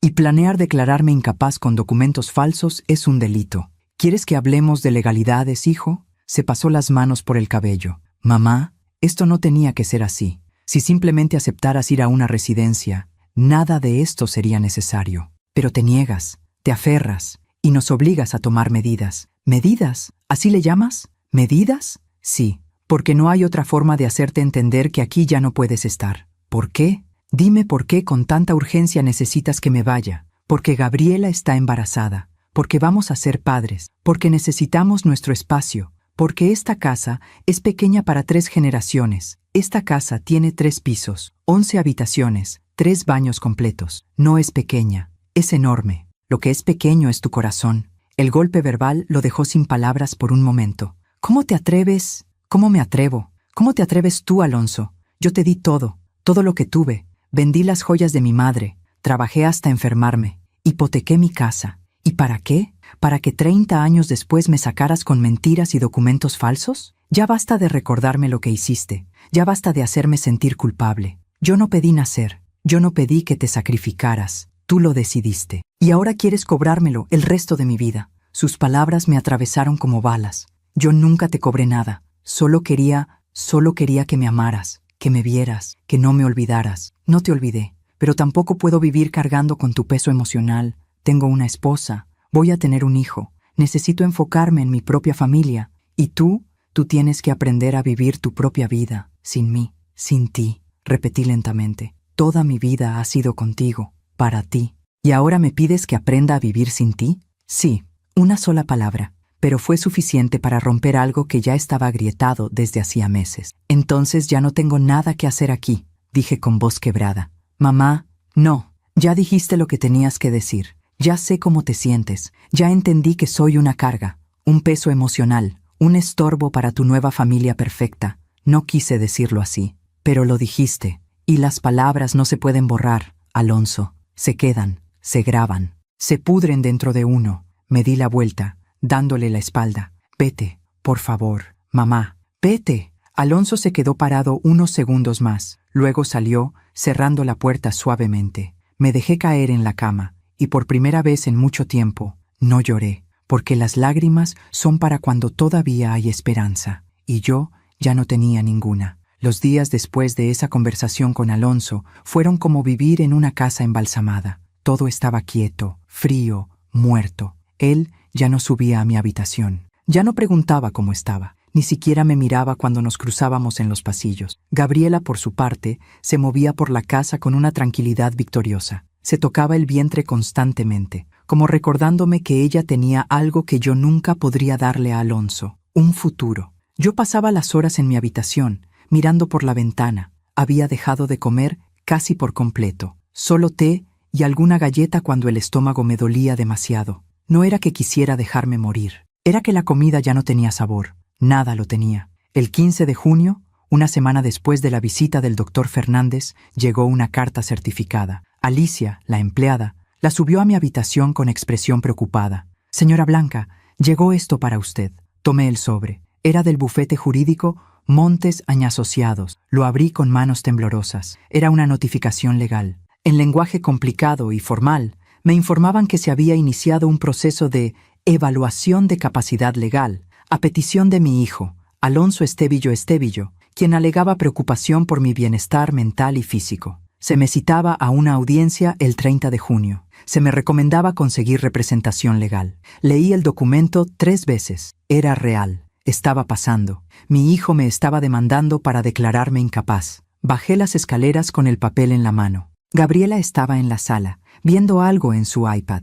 Alonso aún no llegaba del trabajo. ¿Qué es esto? Le mostré el documento. Ella lo miró sin inmutarse. Es lo que te dijimos que pasaría si no cooperabas. Esto es inhumano. No, esto es necesario. Tú nos obligaste a llegar hasta aquí. Yo no los obligué a nada. Ustedes decidieron destruirme. Gabriela dejó el iPad sobre la mesa. Me miró directamente a los ojos. Blanca, esto va a pasar quieras o no. Puedes hacer el proceso difícil, costoso y doloroso para todos, o puedes aceptarlo con dignidad, retirarte tranquila, firmar los papeles que acepta que necesitas asistencia, elegir tú misma la residencia y mantener algo de relación con Alonso y con tu futuro nieto. ¿Futuro nieto? ¿Crees que me van a dejar verlo? Depende de ti. Si cooperas, si demuestras que puedes ser una abuela estable, sin dramas, sin reclamos, claro que podrás verlo. Pero si sigues con esta actitud, si haces de esto una guerra, entonces no. Entonces protegeremos a nuestro hijo de tu influencia tóxica.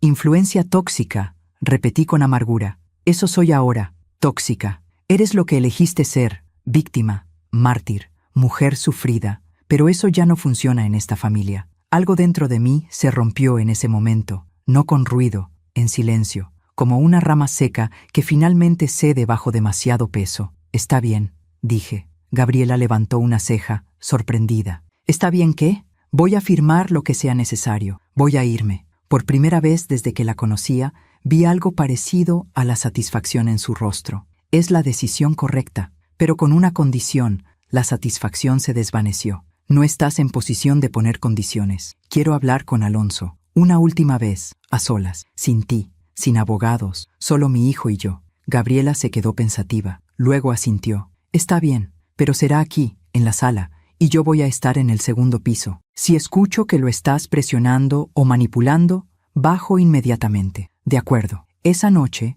cuando Alonso llegó, Gabriela le dijo que yo quería hablar con él. Lo vi dudar. Vi el cansancio en sus ojos, pero finalmente aceptó. Se sentó en el sillón individual. Yo me senté en el sofá, manteniendo distancia, como dos extraños en una sala de espera. ¿Qué querías decirme?, preguntó con voz plana. Quería preguntarte algo, y necesito que me respondas con honestidad. ¿Puedes hacer eso? Él asintió. ¿En qué momento dejaste de quererme? Alonso cerró los ojos. Mamá, no, por favor, solo respóndeme. Necesito saberlo. Porque yo todavía recuerdo al niño que me abrazaba cada noche antes de dormir, al joven que lloraba en mi hombro cuando su padre murió, al hombre que me prometió que siempre iba a cuidarme. ¿Qué pasó con ese Alonso? Creció. Crecer no significa olvidar de dónde vienes. No olvidé, pero tampoco puedo vivir en el pasado. Tú sí, tú vives anclada en lo que fue, en lo que diste, en lo que sacrificaste, pero yo necesito vivir hacia adelante, y tú me amarras. ¿Te amarro?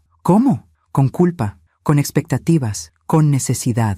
Cada vez que me ves, siento que me estás preguntando, ¿valió la pena todo lo que hice por ti? Y yo no sé qué responder, porque sí valió la pena. Pero también fue tu decisión. Yo no te pedí que renunciaras a tu vida. Tú lo elegiste. Lo elegí porque eras mi hijo, porque te amaba, y yo también te amo. Pero tu amor asfixia, mamá. Tu amor exige, tu amor cobra. No es un regalo, es una deuda. Cada palabra era como ácido sobre una herida abierta. Nunca quise que sintieras eso, pero es lo que siento. Y Gabriela me ayudó a verlo. Me ayudó a entender que no tengo que cargar con esa culpa, que tengo derecho a vivir mi propia vida sin pedirte permiso, sin justificarme, sin sentirme mal por ser feliz. ¿Y para ser feliz necesitabas sacarme de tu vida? Necesitaba espacio, límites, mi propia familia. Y sí, eso significa que tú ya no puedes ser mi prioridad. Lo siento si eso te duele, pero es la verdad. Me quedé en silencio, procesando, tratando de entender cómo el amor de una madre, el amor más puro que conocía, se había convertido en algo feo a los ojos de mi hijo. ¿Sabes qué es lo más triste? Dije finalmente, que tienes razón. En parte, sí te amé con necesidad, porque después de que tu padre murió, tú eras lo único que me quedaba, mi único propósito, mi única razón para levantarme cada mañana. Y sí, te hice responsable de mi felicidad.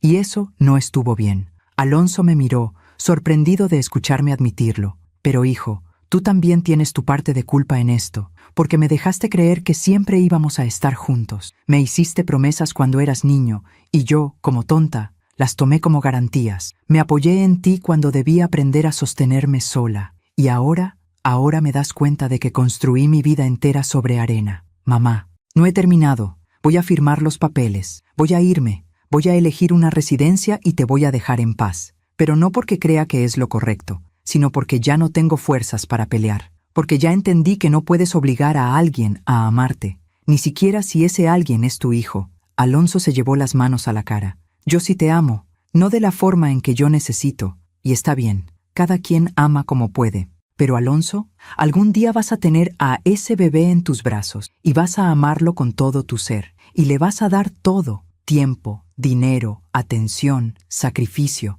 y vas a pensar que es tu responsabilidad, que es tu deber, pero también lo vas a hacer por amor. Alonso levantó la vista. Había lágrimas en sus ojos. Y cuando ese niño crezca, continué, cuando tenga 30, 40 años, cuando forme su propia familia, vas a esperar, aunque no lo admitas, que te recuerde, que valore lo que diste, que te incluya en su vida. Y si un día ese hijo te mira y te dice, papá, ya crecí, necesito mi espacio, tú ya no eres mi prioridad, vas a entender este dolor. Y en ese momento, tal vez, vas a pensar en mí. Mamá, yo nunca, sí lo harás, porque así es la vida. Lo que hoy haces, mañana te lo hacen. Y cuando llegue ese día, espero que tu hijo sea más compasivo contigo de lo que tú fuiste conmigo. Me puse de pie. Mañana firmo los papeles. Dile a tu abogado que prepare todo. Voy a elegir Villa Dorada. Parece el lugar menos deprimente de los tres. Mamá, espera. No, ya no hay nada más que decir. Esta conversación ya terminó, y de cierta forma, nuestra relación también. Caminé hacia las escaleras. Alonso se levantó del sillón. ¿Eso significa que no vas a querer ver a tu nieto? Me detuve en el primer escalón. No me di la vuelta. Lo voy a querer, por supuesto que lo voy a querer, pero no voy a repetir los mismos errores contigo. No voy a amar con necesidad. No voy a construir mi vida alrededor de un niño que algún día va a crecer y me va a olvidar. Voy a amarlo con libertad, sin expectativas, sin exigencias, sin deudas. Suena muy frío. No, suena sabio. Es lo que debía hacer contigo desde el principio. Subí las escaleras despacio. Con cada paso sentía que dejaba atrás algo pesado, algo que cargué durante 38 años. Cuando llegué a mi habitación, cerré la puerta y me senté en la cama. No lloré, porque el llanto es para las pérdidas inesperadas. Y esto lo vi venir desde hace meses, solo que no quise aceptarlo hasta ahora. Al día siguiente llegó el licenciado Montes con los documentos. Los leí, todos, cada cláusula, cada letra pequeña. Firmé. Blanca Estevillo González acepta voluntariamente ingresar a la residencia asistida Villa Dorada.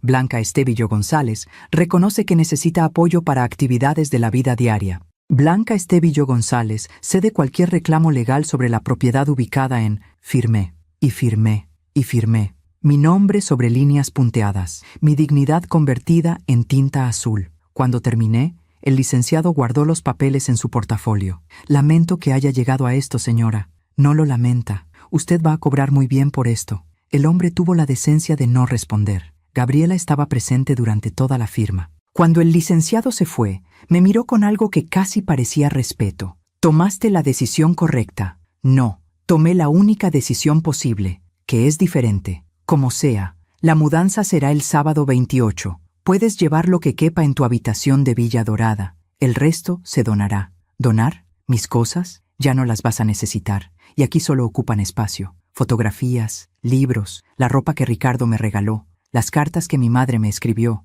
los dibujos que Alonso hizo de niño. Todo. Iban a tirarlo todo. Quiero guardar algunas cosas, en cajas, en el sótano. El sótano se va a remodelar también. Va a ser sala de juegos. Entonces en el garaje. Gabriela suspiró. 2 cajas. Solo 2. El resto se va. 2 cajas para contener 65 años de vida. De acuerdo. Pasé los siguientes días empacando, eligiendo qué recuerdos merecían sobrevivir. Las fotografías de Ricardo, las de Alonso de bebé, mi Biblia, algunos libros, la manta que tejió mi abuela, el rosario de mi madre. Todo lo demás quedó en bolsas negras de basura apiladas junto a la puerta de mi habitación. El sábado 28 de junio llegó más rápido de lo que esperaba. 2 hombres de una empresa de mudanzas subieron por mis cosas, una maleta, 2 cajas. Eso era todo lo que quedaba de mí. Bajé las escaleras por última vez. Alonso estaba en la puerta de su estudio. Me miró. Yo lo miré. No dijimos nada, porque ya no había palabras. Gabriela estaba en la cocina,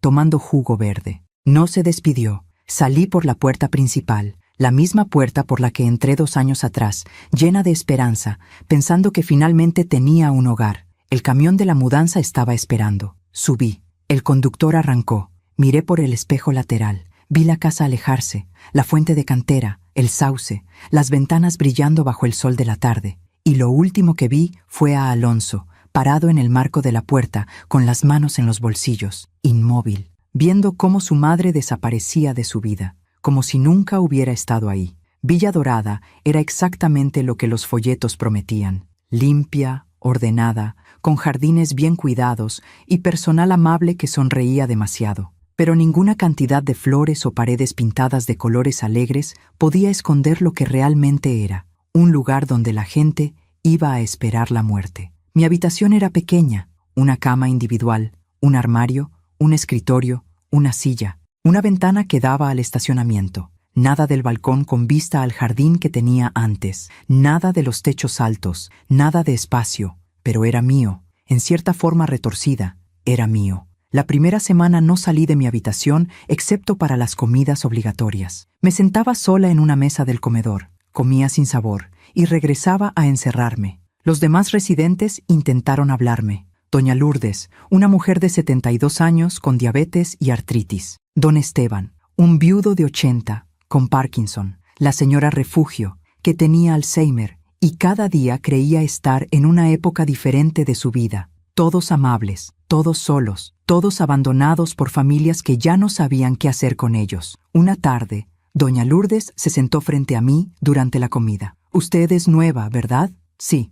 «¿Hace cuánto llegó?» «Una semana». «Ah, todavía está en shock entonces». Levanté la vista, sorprendida por su franqueza. «¿Shock?» «Sí, todos pasamos por eso. Los primeros días uno cree que es temporal, que la familia va a recapacitar, que van a venir por uno, pero después uno acepta que esto es permanente». «¿Cuánto tiempo lleva usted aquí?» 3 años. ¿Y su familia la visita?» Doña Lourdes sonrió con tristeza. «Mi hijo vino 2 veces el primer mes, después una vez cada 3 meses. El año pasado vino en Navidad. Este año todavía no ha venido. Dice que está muy ocupado». «Lo siento». «No lo sienta. Así son las cosas. Los hijos crecen, hacen su vida, y uno se queda atrás, como muebles viejos». Sus palabras resonaron en mí porque eran exactamente lo que yo había vivido. «¿Y usted cómo lo soporta?» Al principio no lo soportaba. Lloraba todas las noches, me negaba a comer. Quería morirme, pero después entendí algo importante. Que ellos no van a cambiar, que uno puede pasar lo que le quede de vida esperando amor que no va a llegar, o puede soltar, dejar ir y encontrar paz en otra parte. ¿Y lo logró? ¿Encontrar paz? Doña Lourdes me miró con ojos sabios, cansados. Algunos días sí, otros no, pero ya no me duele como antes, y eso ya es algo. Esa conversación me quedó dando vueltas durante días. ¿Era eso lo que me esperaba? ¿Años esperando visitas que no llegarían? ¿Años fingiendo que no me dolía el abandono? Una noche, 2 semanas después de mi llegada, no pude dormir. Me levanté y caminé por los pasillos de la residencia. Todo estaba en silencio. Solo se escuchaban los ronquidos de algunos residentes, el zumbido del aire acondicionado, mis pasos contra el linóleo. Llegué a la pequeña capilla que había en el primer piso. Entré. Las bancas de madera estaban vacías. Un crucifijo colgaba en la pared. 2 veladoras encendidas iluminaban apenas el espacio. Me senté en la primera banca, y por primera vez en semanas no pensé en mi dolor, pensé en mi vida, en todo el camino recorrido. ¿Qué había hecho con mis 65 años? Trabajé. Crié a mi hijo, me sacrifiqué, me anulé, viví para otro, y cuando ese otro decidió que ya no me necesitaba, me quedé vacía, sin identidad propia, sin sueños propios, sin vida propia. Todo lo que era, todo lo que había construido, estaba atado a Alonso, y cuando ese lazo se cortó, yo dejé de existir. Pero ahí, en esa capilla pequeña y silenciosa, entendí algo. Todavía estaba viva, todavía respiraba, todavía pensaba, todavía sentía, y mientras hubiera vida, había posibilidad de cambio. No para recuperar a Alonso, eso ya estaba perdido, sino para recuperarme a mí misma, a la Blanca que existía antes de ser madre, antes de ser viuda, antes de ser estorbo. ¿Quién era esa Blanca? Traté de recordar, retrocedí en mi memoria, antes del matrimonio, antes de Ricardo, cuando tenía 20 años y estudiaba secretariado. Soñaba con viajar, con conocer el mar, con aprender francés, con leer todos los libros de la biblioteca municipal. Sueños pequeños, sencillos, pero míos. ¿Qué pasó con esos sueños? Los enterré, bajo responsabilidades, bajo sacrificios, bajo la idea de que una buena madre no piensa en sí misma. Pero ahora ya no era madre de nadie, al menos no en el sentido práctico. Ahora solo era Blanca. Y tal vez, solo tal vez, eso era suficiente. Salí de la capilla con algo extraño en el pecho. No era felicidad, todavía no, pero era algo parecido a claridad. Al día siguiente, hice algo que no había hecho en años. Fui a la biblioteca de la residencia. Era pequeña, con libros donados y viejos, pero encontré una novela de Isabel Allende que nunca había leído. La tomé, me senté en un sillón junto a la ventana y leí, página tras página, perdiéndome en una historia que no era la mía, en personajes que sufrían, amaban, perdían, se levantaban, y por primera vez en meses olvidé mi dolor. Los días comenzaron a tener forma, rutina, desayuno a las 8, lectura hasta las 11, comida a la 1, caminata por el jardín a las 4, cena a las 7. Más lectura antes de dormir. Doña Lourdes se convirtió en mi compañía frecuente. Hablábamos de libros, de recetas, de telenovelas, nunca de nuestras familias. Eso era territorio prohibido, tierra minada. Don Esteban me enseñó a jugar ajedrez. Yo era terrible, pero él era paciente. El ajedrez, me dijo una tarde, es como la vida. A veces pierdes piezas importantes, pero el juego no termina hasta que termina. Mientras tu rey siga en pie, hay esperanza. Palabras simples, pero profundas. Pasó un mes, luego 2. Alonso no llamó, no visitó, no escribió. Al principio dolía. Cada día esperaba. Cada vez que sonaba el teléfono de la recepción pensaba, es él, pero nunca era.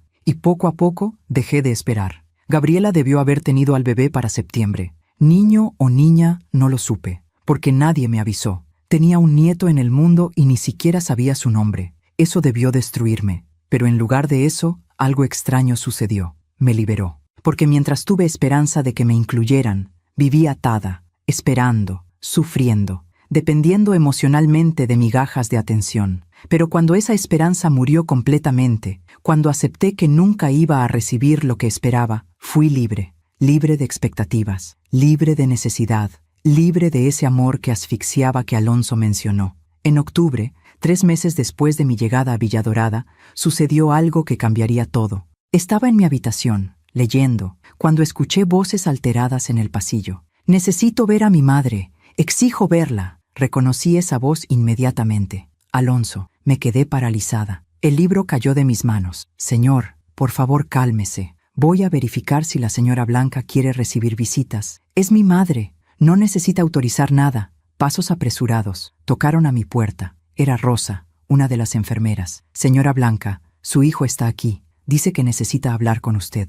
¿Quiere que lo deje pasar? Mi corazón latía desbocado. Parte de mí quería correr a abrazarlo. La parte vieja, la parte que todavía era la madre necesitada. Pero había otra parte, la nueva, la que había aprendido a soltar. Dígale que pase. Rosa asintió y se fue. Segundos después, Alonso entró. Se veía terrible. Ojeras profundas, barba de varios días sin rasurar, el traje arrugado, nada que ver con el hombre impecable que yo conocía. Mamá, me quedé sentada en mi silla junto a la ventana. No me levanté, no corrí a abrazarlo. Alonso, mamá, necesito hablar contigo. Es urgente. Habla. Él se pasó las manos por el cabello. Estaba nervioso, desesperado. Todo se salió de control. ¿Qué cosa? Gabriela, el bebé, la casa, todo. Me quedé en silencio, esperando. Ella perdió el bebé a las 12 semanas. Fue devastador. Sentí una punzada de dolor. No por Gabriela, por esa vida que no llegó a ser. Lo siento mucho.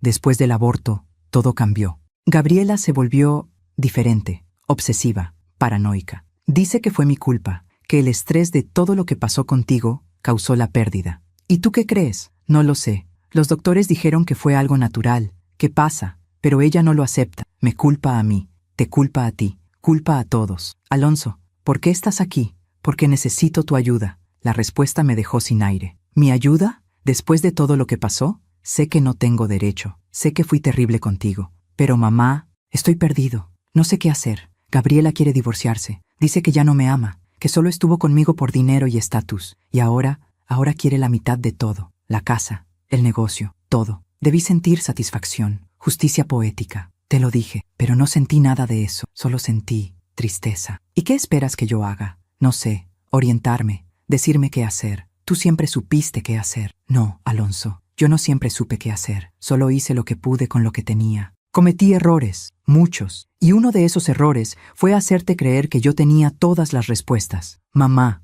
por favor, no, escúchame. Tú tomaste decisiones, elegiste a Gabriela, elegiste sacarme de tu vida, elegiste construir un futuro que no me incluía, y esas decisiones tienen consecuencias, buenas y malas. Ahora te toca vivir con ellas. ¿Entonces no vas a ayudarme? No dije eso, pero tampoco voy a resolverlo por ti. Ya no soy tu salvadora. Ya no soy tu red de seguridad. Eres un hombre adulto, con recursos, con educación. Vas a encontrar la forma de salir adelante, como yo lo hice cuando me quedé viuda con un hijo pequeño. Alonso se dejó caer en mi cama, puso su rostro entre sus manos. Lo arruiné todo. Sí, lo hiciste. ¿Cómo vivo con eso? Como todos, un día a la vez, aceptando, aprendiendo, creciendo. Levantó la vista. Tenía los ojos rojos. Te extraño, mamá. Esas 3 palabras, las que esperé escuchar durante meses, pero ahora, en este momento, no me provocaron lo que esperaba. No sentí alivio, no sentí victoria, no sentí que finalmente había ganado. Solo sentí calma. Yo también te extraño, hijo, pero no al Alonso que fuiste conmigo en esos últimos meses. Extraño al niño que eras, al joven que fuiste, antes de que el éxito, el dinero y Gabriela cambiaran quién eras. ¿Puedo recuperar eso? ¿Puedo volver a ser ese? No lo sé. Esa es una pregunta que solo tú puedes responder. Nos quedamos en silencio durante varios minutos. Finalmente, Alonso se puso de pie. ¿Puedo venir a visitarte? ¿De vez en cuando? Lo pensé. De verdad lo pensé. La Blanca de antes habría dicho que sí inmediatamente. Habría aprovechado cualquier oportunidad de estar cerca de su hijo. Pero la nueva Blanca, la que estaba aprendiendo a vivir sin necesidad, sabía que tenía que poner límites. Puedes, pero con una condición. ¿Cuál? Que no vengas a descargar tus problemas, que no vengas buscando que yo te solucione la vida. Si vienes, que sea porque realmente quieres verme. A mí, a tu madre, no a tu consejera, no a tu salvadora, solo a mí. Alonso asintió lentamente. Entiendo. Y otra cosa, no me cuentes sobre Gabriela, no me incluyas en su drama. Yo pagué un precio muy alto por tu matrimonio. No voy a seguir pagando. De acuerdo, se acercó. Por un momento pensé que iba a abrazarme, pero solo puso su mano sobre mi hombro. Gracias, mamá. No me agradezcas. Solo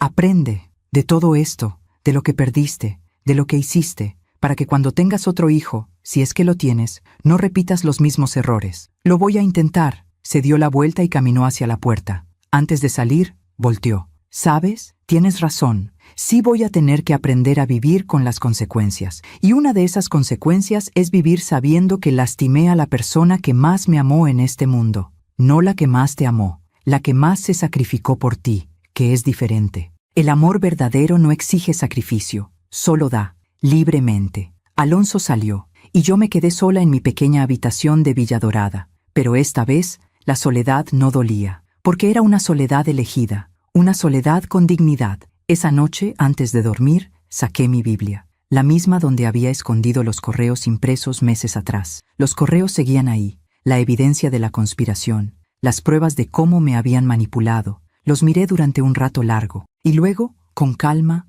los rompí, uno por uno, en pedazos pequeños. ¿Por qué? Porque ya no los necesitaba, porque guardar evidencia de traiciones pasadas solo te mantiene atada al dolor, porque perdonar no es olvidar, es soltar el derecho a cobrarte, y yo ya no quería cobrarme nada, quería vivir lo que me quedara de vida, en paz. Tiré los pedazos de papel en el bote de basura, y con ellos tiré también la rabia, el resentimiento, la necesidad de justicia. Lo que Alonso y Gabriela hicieron conmigo fue injusto, cruel, imperdonable según muchos, pero yo elegía perdonar de todas formas, no por ellos, por mí, porque cargar odio es como beber veneno esperando que el otro muera. Y yo ya había pasado demasiado tiempo envenenándome. Era hora de sanar, y la sanación comenzaba con soltar, con entender que la justicia verdadera no siempre viene de cortes o abogados, viene de la vida misma, y la vida, tarde o temprano, siempre cobra sus deudas. Los meses siguieron su curso en Villa Dorada.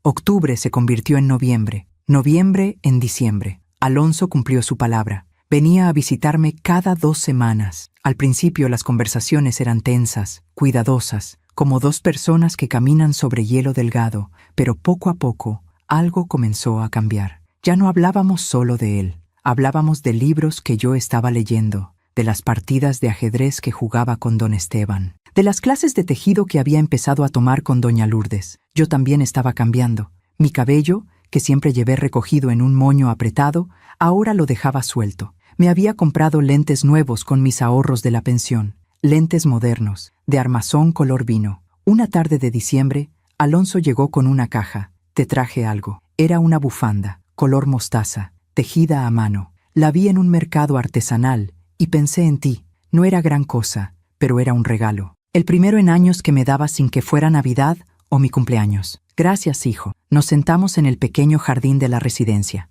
Hacía frío. Me puse la bufanda. Le quedaba perfecta. ¿Cómo van las cosas?, le pregunté. Complicadas. El divorcio está difícil. ¿Ella sigue pidiendo la mitad de todo? Sí. Su abogado es agresivo. Están alegando que ella contribuyó emocionalmente al éxito del negocio, que merece compensación. ¿Y es verdad? Alonso se quedó pensativo. No lo sé. Al principio de nuestro matrimonio, sí. Me apoyaba. Me daba ideas. Venía conmigo a cenas con clientes. Pero después todo se volvió sobre ella, sus necesidades, sus caprichos, su imagen. ¿Cuándo cambió? Creo que cuando nos mudamos a la casa grande, cuando empezó a vivir ese estilo de vida que siempre quiso. Ya no era mi compañera, era la dueña de la mansión, la esposa del arquitecto exitoso. ¿Y tú le permitiste convertirse en eso? Alonso me miró sorprendido. ¿Qué quieres decir? Que en una relación ambos tienen responsabilidad. Ella se convirtió en lo que se convirtió porque tú lo permitiste, porque te convenía tener una esposa bella, elegante, que luciera bien en eventos, así como yo te permití a ti que me convirtieras en la madre sufrida, la mártir. Ambos fuimos cómplices de nuestras propias destrucciones. Alonso no respondió, pero vi en sus ojos que mis palabras habían llegado. Mamá, ¿cómo aprendiste todo esto? ¿Cómo llegaste a esta paz? No fue de la noche a la mañana, fue dolor, fue soledad. Fue obligarme a mirarme al espejo y aceptar mi parte de culpa. Fue leer, pensar, hablar con gente que también ha perdido. Fue entender que el perdón no es un sentimiento, es una decisión que tomas cada día. ¿Me perdonaste? La pregunta flotó entre nosotros como humo. Estoy en proceso. Algunos días sí, otros todavía me duele, pero ya no te odio. Y eso, hijo, ya es mucho. Alonso asintió lentamente. Vi lágrimas en sus ojos. Yo no sé si pueda perdonarme a mí mismo. Entonces trabaja en eso, porque la culpa que no procesas se convierte en resentimiento, contra ti mismo o contra otros. Y ya viste a dónde lleva el resentimiento. Nos quedamos en silencio, viendo cómo el sol de diciembre se ponía sobre los árboles del jardín. Mamá, hay algo que necesito decirte. Dime, Gabriela está en problemas. Algo en su tono me puso alerta. ¿Qué tipo de problemas? Financieros, legales. Resulta que durante nuestro matrimonio, ella sacó préstamos a mi nombre, falsificó mi firma, usó las propiedades como garantía sin que yo lo supiera. Me quedé helada. ¿Cuánto dinero? Más de 3 millones de pesos. Dios mío. ¿Y en qué lo gastó? Lujos, ropa, viajes, tratamientos estéticos. Tenía una adicción al gasto que yo no conocía. Escondía estados de cuenta. Abría tarjetas de crédito en mi nombre. Cuando su familia perdió dinero en inversiones malas, les prestaba de nuestra cuenta sin decirme. ¿Y cómo te enteraste? Su abogado, durante el proceso de divorcio, presentó documentación financiera. Y ahí salió todo. Cuentas que yo no autoricé. Deudas que yo no sabía que existían. Cuando confronté a Gabriela, lo admitió. Y no solo eso, se justificó. Dijo que ella merecía ese estilo de vida, que yo le debía eso por todo lo que ella había soportado en nuestro matrimonio. ¿Soportado? Soportarte a ti. Según ella, lidiar contigo durante esos meses fue tan estresante que merecía compensación. Una risa amarga salió de mi garganta. O sea que soy cara, muy cara. 3 millones de pesos. Alonso no rió. Estaba demasiado devastado. Mi contador me dijo que puedo demandarla por fraude, que tengo todas las pruebas, que podría ir a la cárcel. Pero yo no sé si quiero llegar a eso. ¿Por qué no? Porque todavía no lo sé. Una parte de mí todavía siente algo por ella. O tal vez solo siento lástima o culpa por no haberme dado cuenta antes. Alonso, escúchame bien. Lo que Gabriela hizo es un delito. No es un error. No es un malentendido. Es fraude. Y si no hay consecuencias, ella va a seguir haciéndolo. Si no contigo, con otra persona. Lo sé, pero denunciarla significa que todo va a salir a la luz. Los medios, los clientes, mi reputación. Tu reputación ya está comprometida. La pregunta es, ¿prefieres perder dinero y dignidad callándote? ¿O prefieres hacer lo correcto aunque duela? Alonso se cubrió el rostro con las manos. No sé qué hacer. Entonces no hagas nada todavía. Piénsalo, consulta con tus abogados. Pero hijo, recuerda algo. Proteger a quien te lastimó no te hace noble, te hace cómplice. 2 semanas después, Alonso llegó con noticias. La demandé. Por fraude, falsificación de documentos, uso indebido de recursos. ¿Y cómo te sientes? Terrible. Pero también aliviado. Como si finalmente hubiera hecho algo correcto después de tanto tiempo haciendo todo mal. ¿Ella cómo reaccionó? Furiosa. Me llamó, me gritó, me dijo que yo era un monstruo, que cómo podía hacerle eso después de todo lo que habíamos vivido juntos. ¿Y qué le respondiste? Nada, colgué,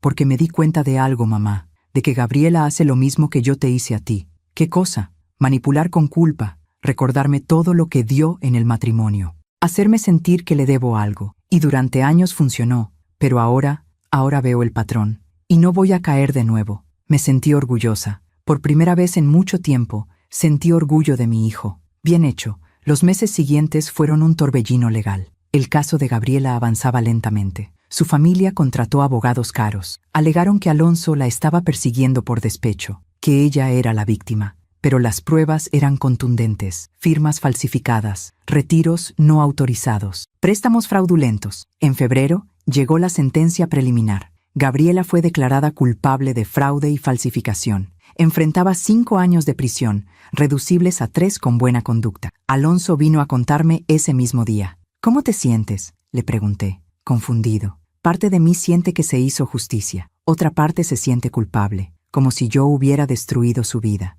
Tú no destruiste su vida. Ella tomó decisiones, malas decisiones, y ahora enfrenta las consecuencias. Eso no es venganza, es justicia. Lo sé, pero duele de todas formas. Claro que duele, porque aunque alguien te haga daño, eso no significa que dejes de ser humano. El dolor es parte del proceso. Siéntelo, no lo evadas. En marzo llegaron más noticias. La casa que Alonso construyó para mí, la casa que me quitaron. Resultó que Gabriela la había hipotecado 3 veces, sin que Alonso lo supiera, usando documentos falsificados. Los bancos estaban demandando pago inmediato. Alonso no tenía esa cantidad de dinero líquido. Su negocio estaba bien, pero no tanto. La única opción era vender la casa. Cuando me lo contó, esperé sentir satisfacción. Justicia poética. La casa que me quitaron ahora se la están quitando a ellos. Pero no sentí eso. Sentí tristeza. Porque esa casa representaba un sueño que se pudrió,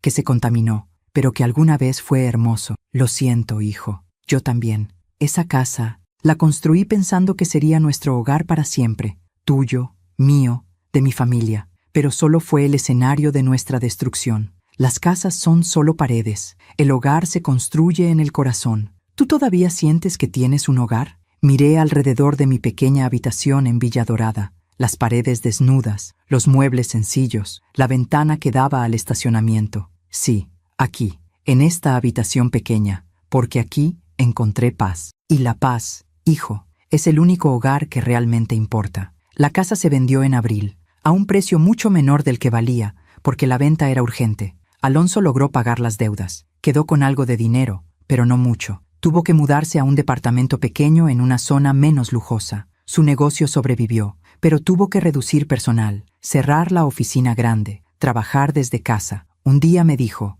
perdí todo, mamá, la casa, el dinero, la reputación, los amigos que solo estaban por conveniencia. Todo, no todo. Todavía te tienes a ti, y me tienes a mí, si me quieres. Claro que te quiero. Entonces no perdiste todo. En mayo, mientras estábamos sentados en el jardín de la residencia, Alonso me contó algo más. Gabriela intentó suicidarse en la cárcel. Mi corazón se detuvo. ¿Qué? Tomó pastillas. La encontraron a tiempo. Está en el hospital psiquiátrico ahora. ¿Cómo estás tú con eso? No lo sé. Siento pena. Siento culpa. Siento todo y nada al mismo tiempo. ¿Fuiste a verla? Sí. No me reconoció. O fingió no reconocerme. Está muy mal, mamá. Muy perdida. Alonso, esto es importante. Nada de lo que Gabriela está viviendo es tu culpa. Ella tomó decisiones durante años. Decisiones de mentir, robar, manipular. Y cuando esas decisiones finalmente tuvieron consecuencias, su mente no pudo manejarlo. Pero eso no significa que tú causaste su colapso. Ella se destruyó a sí misma.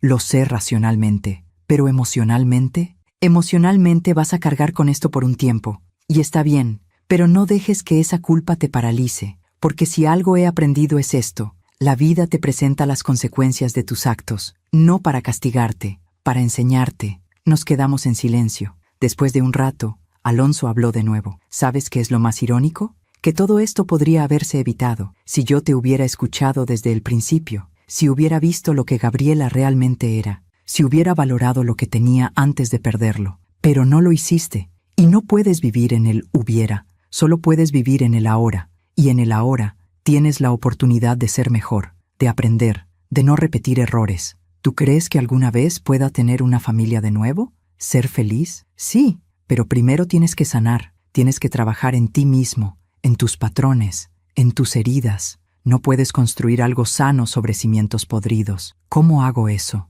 Terapia, tiempo, honestidad contigo mismo y perdón, hacia Gabriela, hacia mí, hacia ti mismo. Alonso me miró con ojos llenos de dolor. ¿Cómo perdonas a alguien que casi te destruye, entendiendo que esa persona también está destruida, que la gente lastimada lastima, que nadie es completamente malvado, solo profundamente roto? Y que el perdón no es decir, lo que hiciste está bien, es decir, lo que hiciste estuvo mal, pero yo ya no voy a cargar con el peso de odiarte. ¿Ya me perdonaste completamente? Pensé en su pregunta. Honestamente, casi. Algunos días sí, otros todavía duele, pero cada día me acerco más, y eso, hijo, es lo mejor que puedo darte. En junio, un año exacto después de que me mudara a Villa Dorada, Alonso llegó con algo bajo el brazo. Tengo algo para ti. Era un álbum de fotografías, pero no cualquier álbum. Era uno nuevo, con fotos que yo no había visto. Fotos de Alonso de bebé que yo pensé que se habían perdido. Fotos de Ricardo joven. Fotos de nuestra casita en la Condesa. ¿De dónde sacaste esto? Del sótano de la casa. Antes de venderla, revisé cada caja. Encontré esto entre las cosas que Gabriela había tirado. Las rescaté, porque me di cuenta de que tirar el pasado no soluciona nada, solo te deja vacío. Abrí el álbum con manos temblorosas. Ahí estaba Ricardo, mi esposo, sonriendo en nuestra boda. Ahí estaba Alonso a los 3 años, cubierto de lodo después de jugar en el jardín. Ahí estaba yo, joven, con cabello negro y ojos brillantes. Lágrimas corrieron por mis mejillas. Gracias, hijo, gracias. No, gracias a ti, por no rendirte conmigo, por seguir amándome incluso cuando no lo merecía. Nos abrazamos, y en ese abrazo sentí algo que no había sentido en más de un año. Esperanza. No la esperanza tonta de que todo volvería a ser como antes, sino la esperanza real de que podíamos construir algo nuevo, algo diferente, algo más honesto. Esa noche, sola en mi habitación, miré las fotografías una por una, y entendí algo profundo. La justicia no siempre llega como uno espera, no siempre es rápida, no siempre es obvia. Pero llega. Gabriela perdió su libertad, su salud mental, su reputación. Alonso perdió su casa, su dinero, su matrimonio. Yo perdí mi hogar, mi ilusión, mi rol como madre necesitada. Pero en esas pérdidas también ganamos algo. Gabriela, tal vez, tendrá la oportunidad de enfrentar sus demonios en terapia. Alonso aprendió que el éxito material no vale nada sin integridad, y yo aprendí que mi valor no depende de cuánto me necesiten otros. La vida siempre cobra sus deudas, no con venganza, con lecciones, y las lecciones más profundas siempre duelen, pero ese dolor nos hace sabios. 2 años después de aquel día en que salí por última vez de la casa que alguna vez llamé hogar, me encuentro sentada en el mismo jardín de Villa Dorada, bajo el mismo sauce que me ha visto llorar, sanar y renacer. Han pasado tantas cosas, tantos cambios, tantas lecciones. Doña Lourdes falleció hace 6 meses, en paz, con una sonrisa en el rostro. Su hijo nunca llegó, pero yo estuve con ella. Le sostuve la mano, le dije que no estaba sola, y no lo estaba, porque familia no es solo sangre. Es también quien elige quedarse cuando ya no hay obligación. Don Esteban sigue aquí. Cada tarde jugamos ajedrez. Él gana siempre, pero yo estoy mejorando. Me enseñó que la paciencia, en el ajedrez como en la vida, es la diferencia entre sobrevivir y vencer. Alonso viene a visitarme cada semana ahora, los martes, sin falta. A veces trae café y pan dulce. Nos sentamos aquí, en este jardín, y hablamos. Ya no hablamos del pasado como herida. Hablamos del pasado como historia, como algo que nos formó pero que ya no nos define. Me cuenta de su negocio. Está creciendo de nuevo, despacio,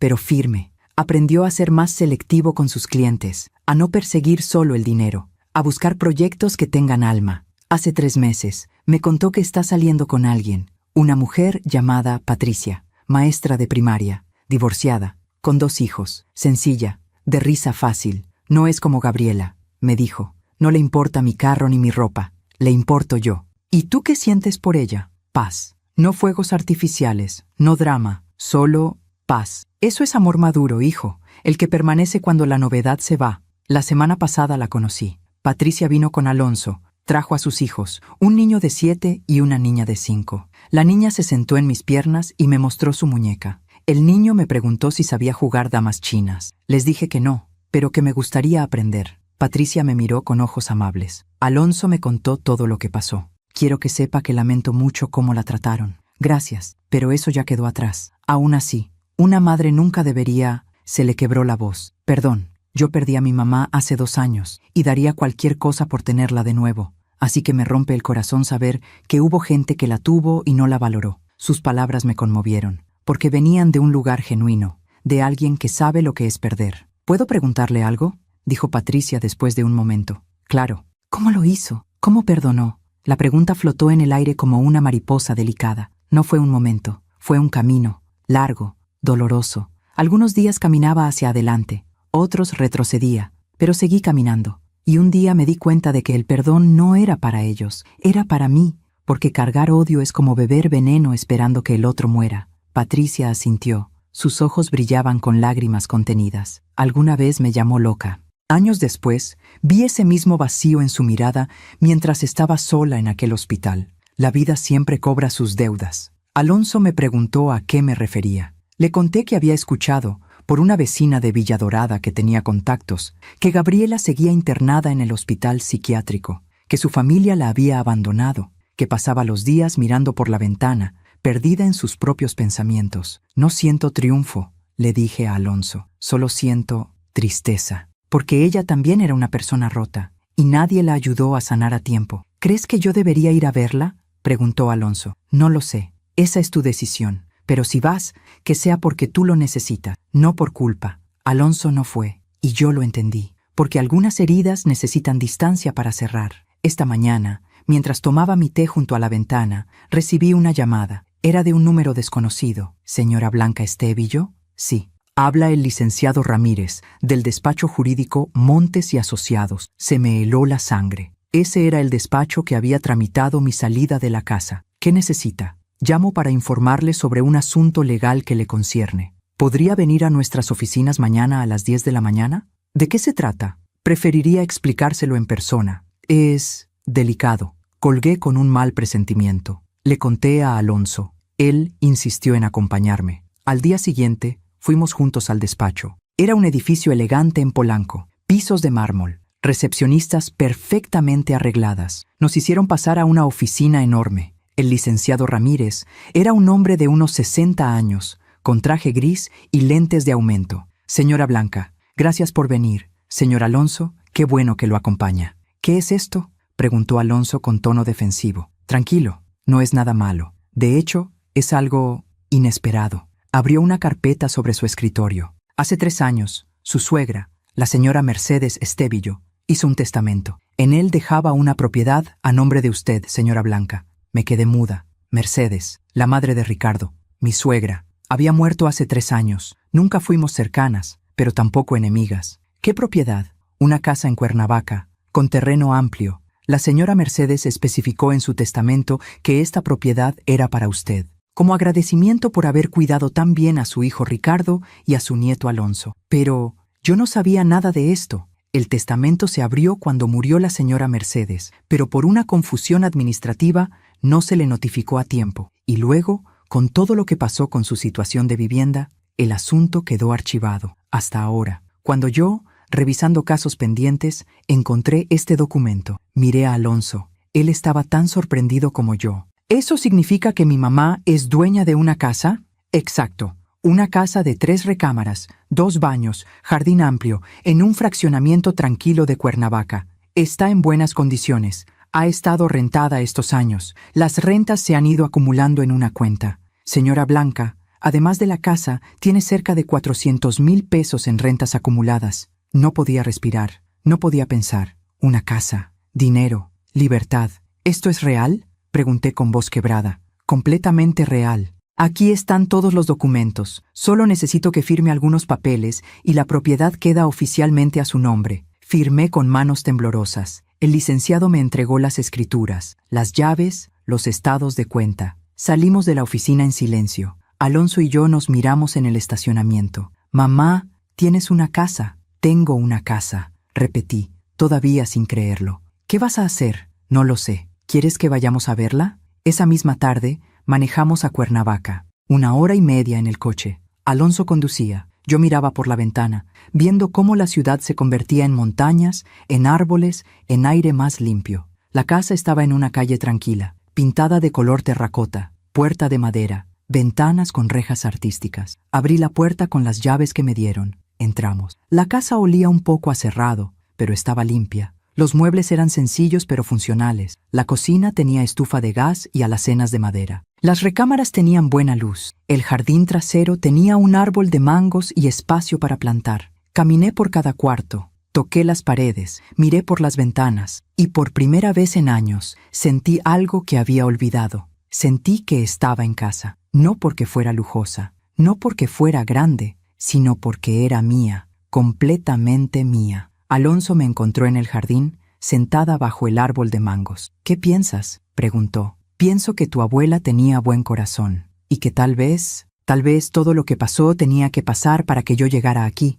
¿Te vas a mudar? No lo sé. Me gusta Villa Dorada. Tengo amigos ahí. Rutina, paz. Pero esto es tuyo. Podrías vivir aquí, con libertad total. La libertad no está en las paredes, hijo. Está en el corazón. Pero sí, creo que me gustaría pasar temporadas aquí. Tener mi propio espacio. Invitar a don Esteban a jugar ajedrez bajo este árbol. Invitarte a ti y a Patricia con los niños los fines de semana. ¿De verdad?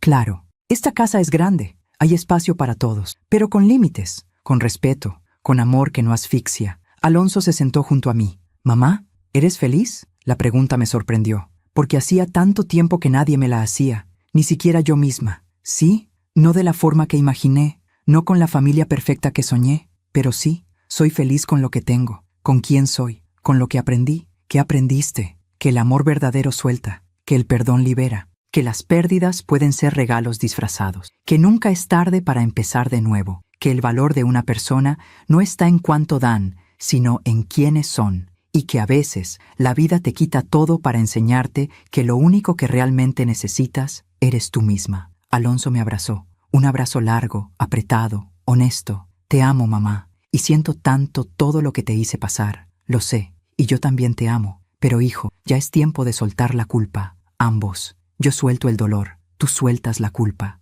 Y construimos algo nuevo, algo mejor. ¿Crees que podamos? Ya lo estamos haciendo. Nos quedamos ahí, bajo el árbol de mangos, hasta que el sol comenzó a ponerse. Y en ese momento, con el cielo pintado de naranjas y rosas, entendí algo que me tomó 67 años aprender. La felicidad no está en que te amen como tú quieres, está en amarte a ti misma lo suficiente para no necesitar validación externa. Está en soltar lo que te lastima, aunque duela. Está en perdonar, no porque el otro lo merezca, sino porque tú mereces paz. Está en entender que las personas hacen lo mejor que pueden con las herramientas que tienen. Y está en aceptar que la vida siempre encuentra la forma de equilibrar las cuentas, no con venganza, con justicia, con tiempo, con lecciones que duelen, pero que sanan. Han pasado 2 años desde esa tarde bajo el árbol de mangos. Ahora divido mi tiempo entre Villa Dorada y mi casa de Cuernavaca. En Villa Dorada tengo mi comunidad, mis amigos, mi rutina que me da estructura. En Cuernavaca tengo mi libertad, mi jardín, mi espacio para pensar y crear. Empecé a escribir historias de mujeres que perdieron y encontraron, que cayeron y se levantaron, que fueron desechadas y florecieron de todas formas. Algunas de mis compañeras de la residencia me piden que les lea mis historias. Lloran, se reconocen, dicen, esa soy yo. Y yo les digo, sí, esa eres tú. y mira qué fuerte eres, todavía aquí, todavía de pie, todavía con historias que contar. Alonso y Patricia se casaron hace 6 meses, una boda pequeña en un jardín. Yo estuve ahí. Patricia me pidió que leyera un poema durante la ceremonia. Leí uno que escribí yo misma. El amor no es posesión, es libertad con raíces, es dar sin esperar, es sostener sin asfixiar, es caer y ayudar a levantarse, es perdonar sin olvidar, es construir puentes, no muros, es el jardín que se riega con constancia, no con tormentas de intensidad. El amor verdadero duele, pero sana. El amor verdadero cuesta, pero libera. Y el amor verdadero permanece, no por obligación, sino por elección. Todos lloraron, incluso yo. Los hijos de Patricia, ahora mis nietos adoptivos, me llaman Abuela Blanquita. Vienen a visitarme a Cuernavaca una vez al mes. Les enseño a plantar, a cocinar, a tejer. Les cuento historias, pero no de princesas que esperan rescate. Les cuento de reinas que se salvaron solas. El otro día, la pequeña Emma, de ahora 7 años, me preguntó: Abuela, ¿tú alguna vez estuviste muy triste? Sí, mi amor, muy triste. ¿Y cómo te pusiste feliz de nuevo? Aprendí que la felicidad no depende de otras personas, depende de mí, de mis decisiones, de mi paz interior. ¿Y cómo encuentras la paz interior? Perdonando, soltando, amándote a ti misma y entendiendo que todo lo que te pasa, lo bueno y lo malo, te está enseñando algo. Emma se quedó pensativa. Yo quiero ser como tú cuando sea grande. ¿Cómo soy yo? Fuerte, y que sonríe aunque a veces tiene ojos tristes. Su observación infantil me atravesó el corazón. Los ojos tristes no son malos, mi niña. Son ojos que han visto mucho, que han llorado mucho, pero que decidieron seguir mirando hacia adelante. Esos son los ojos más sabios. De Gabriela supe poco en estos años. Alonso me contó que finalmente salió del hospital psiquiátrico, que su familia la recogió, que se mudó a otra ciudad, que está en tratamiento. No sé si aprendió algo, no sé si cambió, no sé si alguna vez entenderá el daño que causó, pero eso ya no es mi problema. Yo hice mi parte, perdoné, solté, seguí adelante. El resto es su camino, su lección, su vida. A veces, en las noches tranquilas de Cuernavaca, me siento en el jardín con una taza de café de olla, el mismo que me prohibieron hacer en aquella casa que ya no existe para mí, y miro las estrellas, y pienso en todo el camino recorrido. Pienso en la Blanca de hace 3 años, rota, humillada, sintiendo que su vida había terminado, y miro a la Blanca de ahora, entera, digna, sabiendo que su vida apenas está comenzando de verdad, porque nunca es tarde para renacer, nunca es tarde para encontrarte a ti misma, nunca es tarde para elegir la paz sobre la amargura, y nunca, nunca es tarde para entender que tu valor no depende de cuánto te amen otros, sino de cuánto te amas tú. Si mi historia ayuda a una sola mujer a abrir los ojos, habrá valido la pena. Si una sola persona que está siendo desechada, olvidada, maltratada por su propia familia, lee esto y entiende que no está sola, que hay salida, que hay vida después del rechazo, entonces todo lo que viví, todo lo que sufrí, todo lo que perdí, habrá tenido sentido, porque el dolor que no se transforma en sabiduría es dolor desperdiciado, y yo decidí no desperdiciar ni una lágrima. Cada una de ellas regó el jardín donde ahora florezco. Me llamo Blanca Estébilo, tengo 67 años, y esta es mi historia, una historia de pérdida, de traición, de dolor, pero también de renacimiento, de perdón, de fuerza silenciosa, una historia que, espero, te ayude a entender algo fundamental, que cuando la vida te quite todo, cuando creas que ya no queda nada, cuando el mundo entero te dé la espalda, todavía te tienes a ti. Y tú, mi querida amiga que escuchas esto, eres suficiente, siempre lo has sido, solo tenías que perderlo todo para descubrirlo. Que Dios te bendiga, que encuentres tu paz, que aprendas a soltar lo que te lastima, y que nunca, nunca olvides tu valor, porque eres invaluable, incluso si nadie más lo ve, especialmente si nadie más lo ve. Hasta la próxima historia, hasta la próxima lección de vida.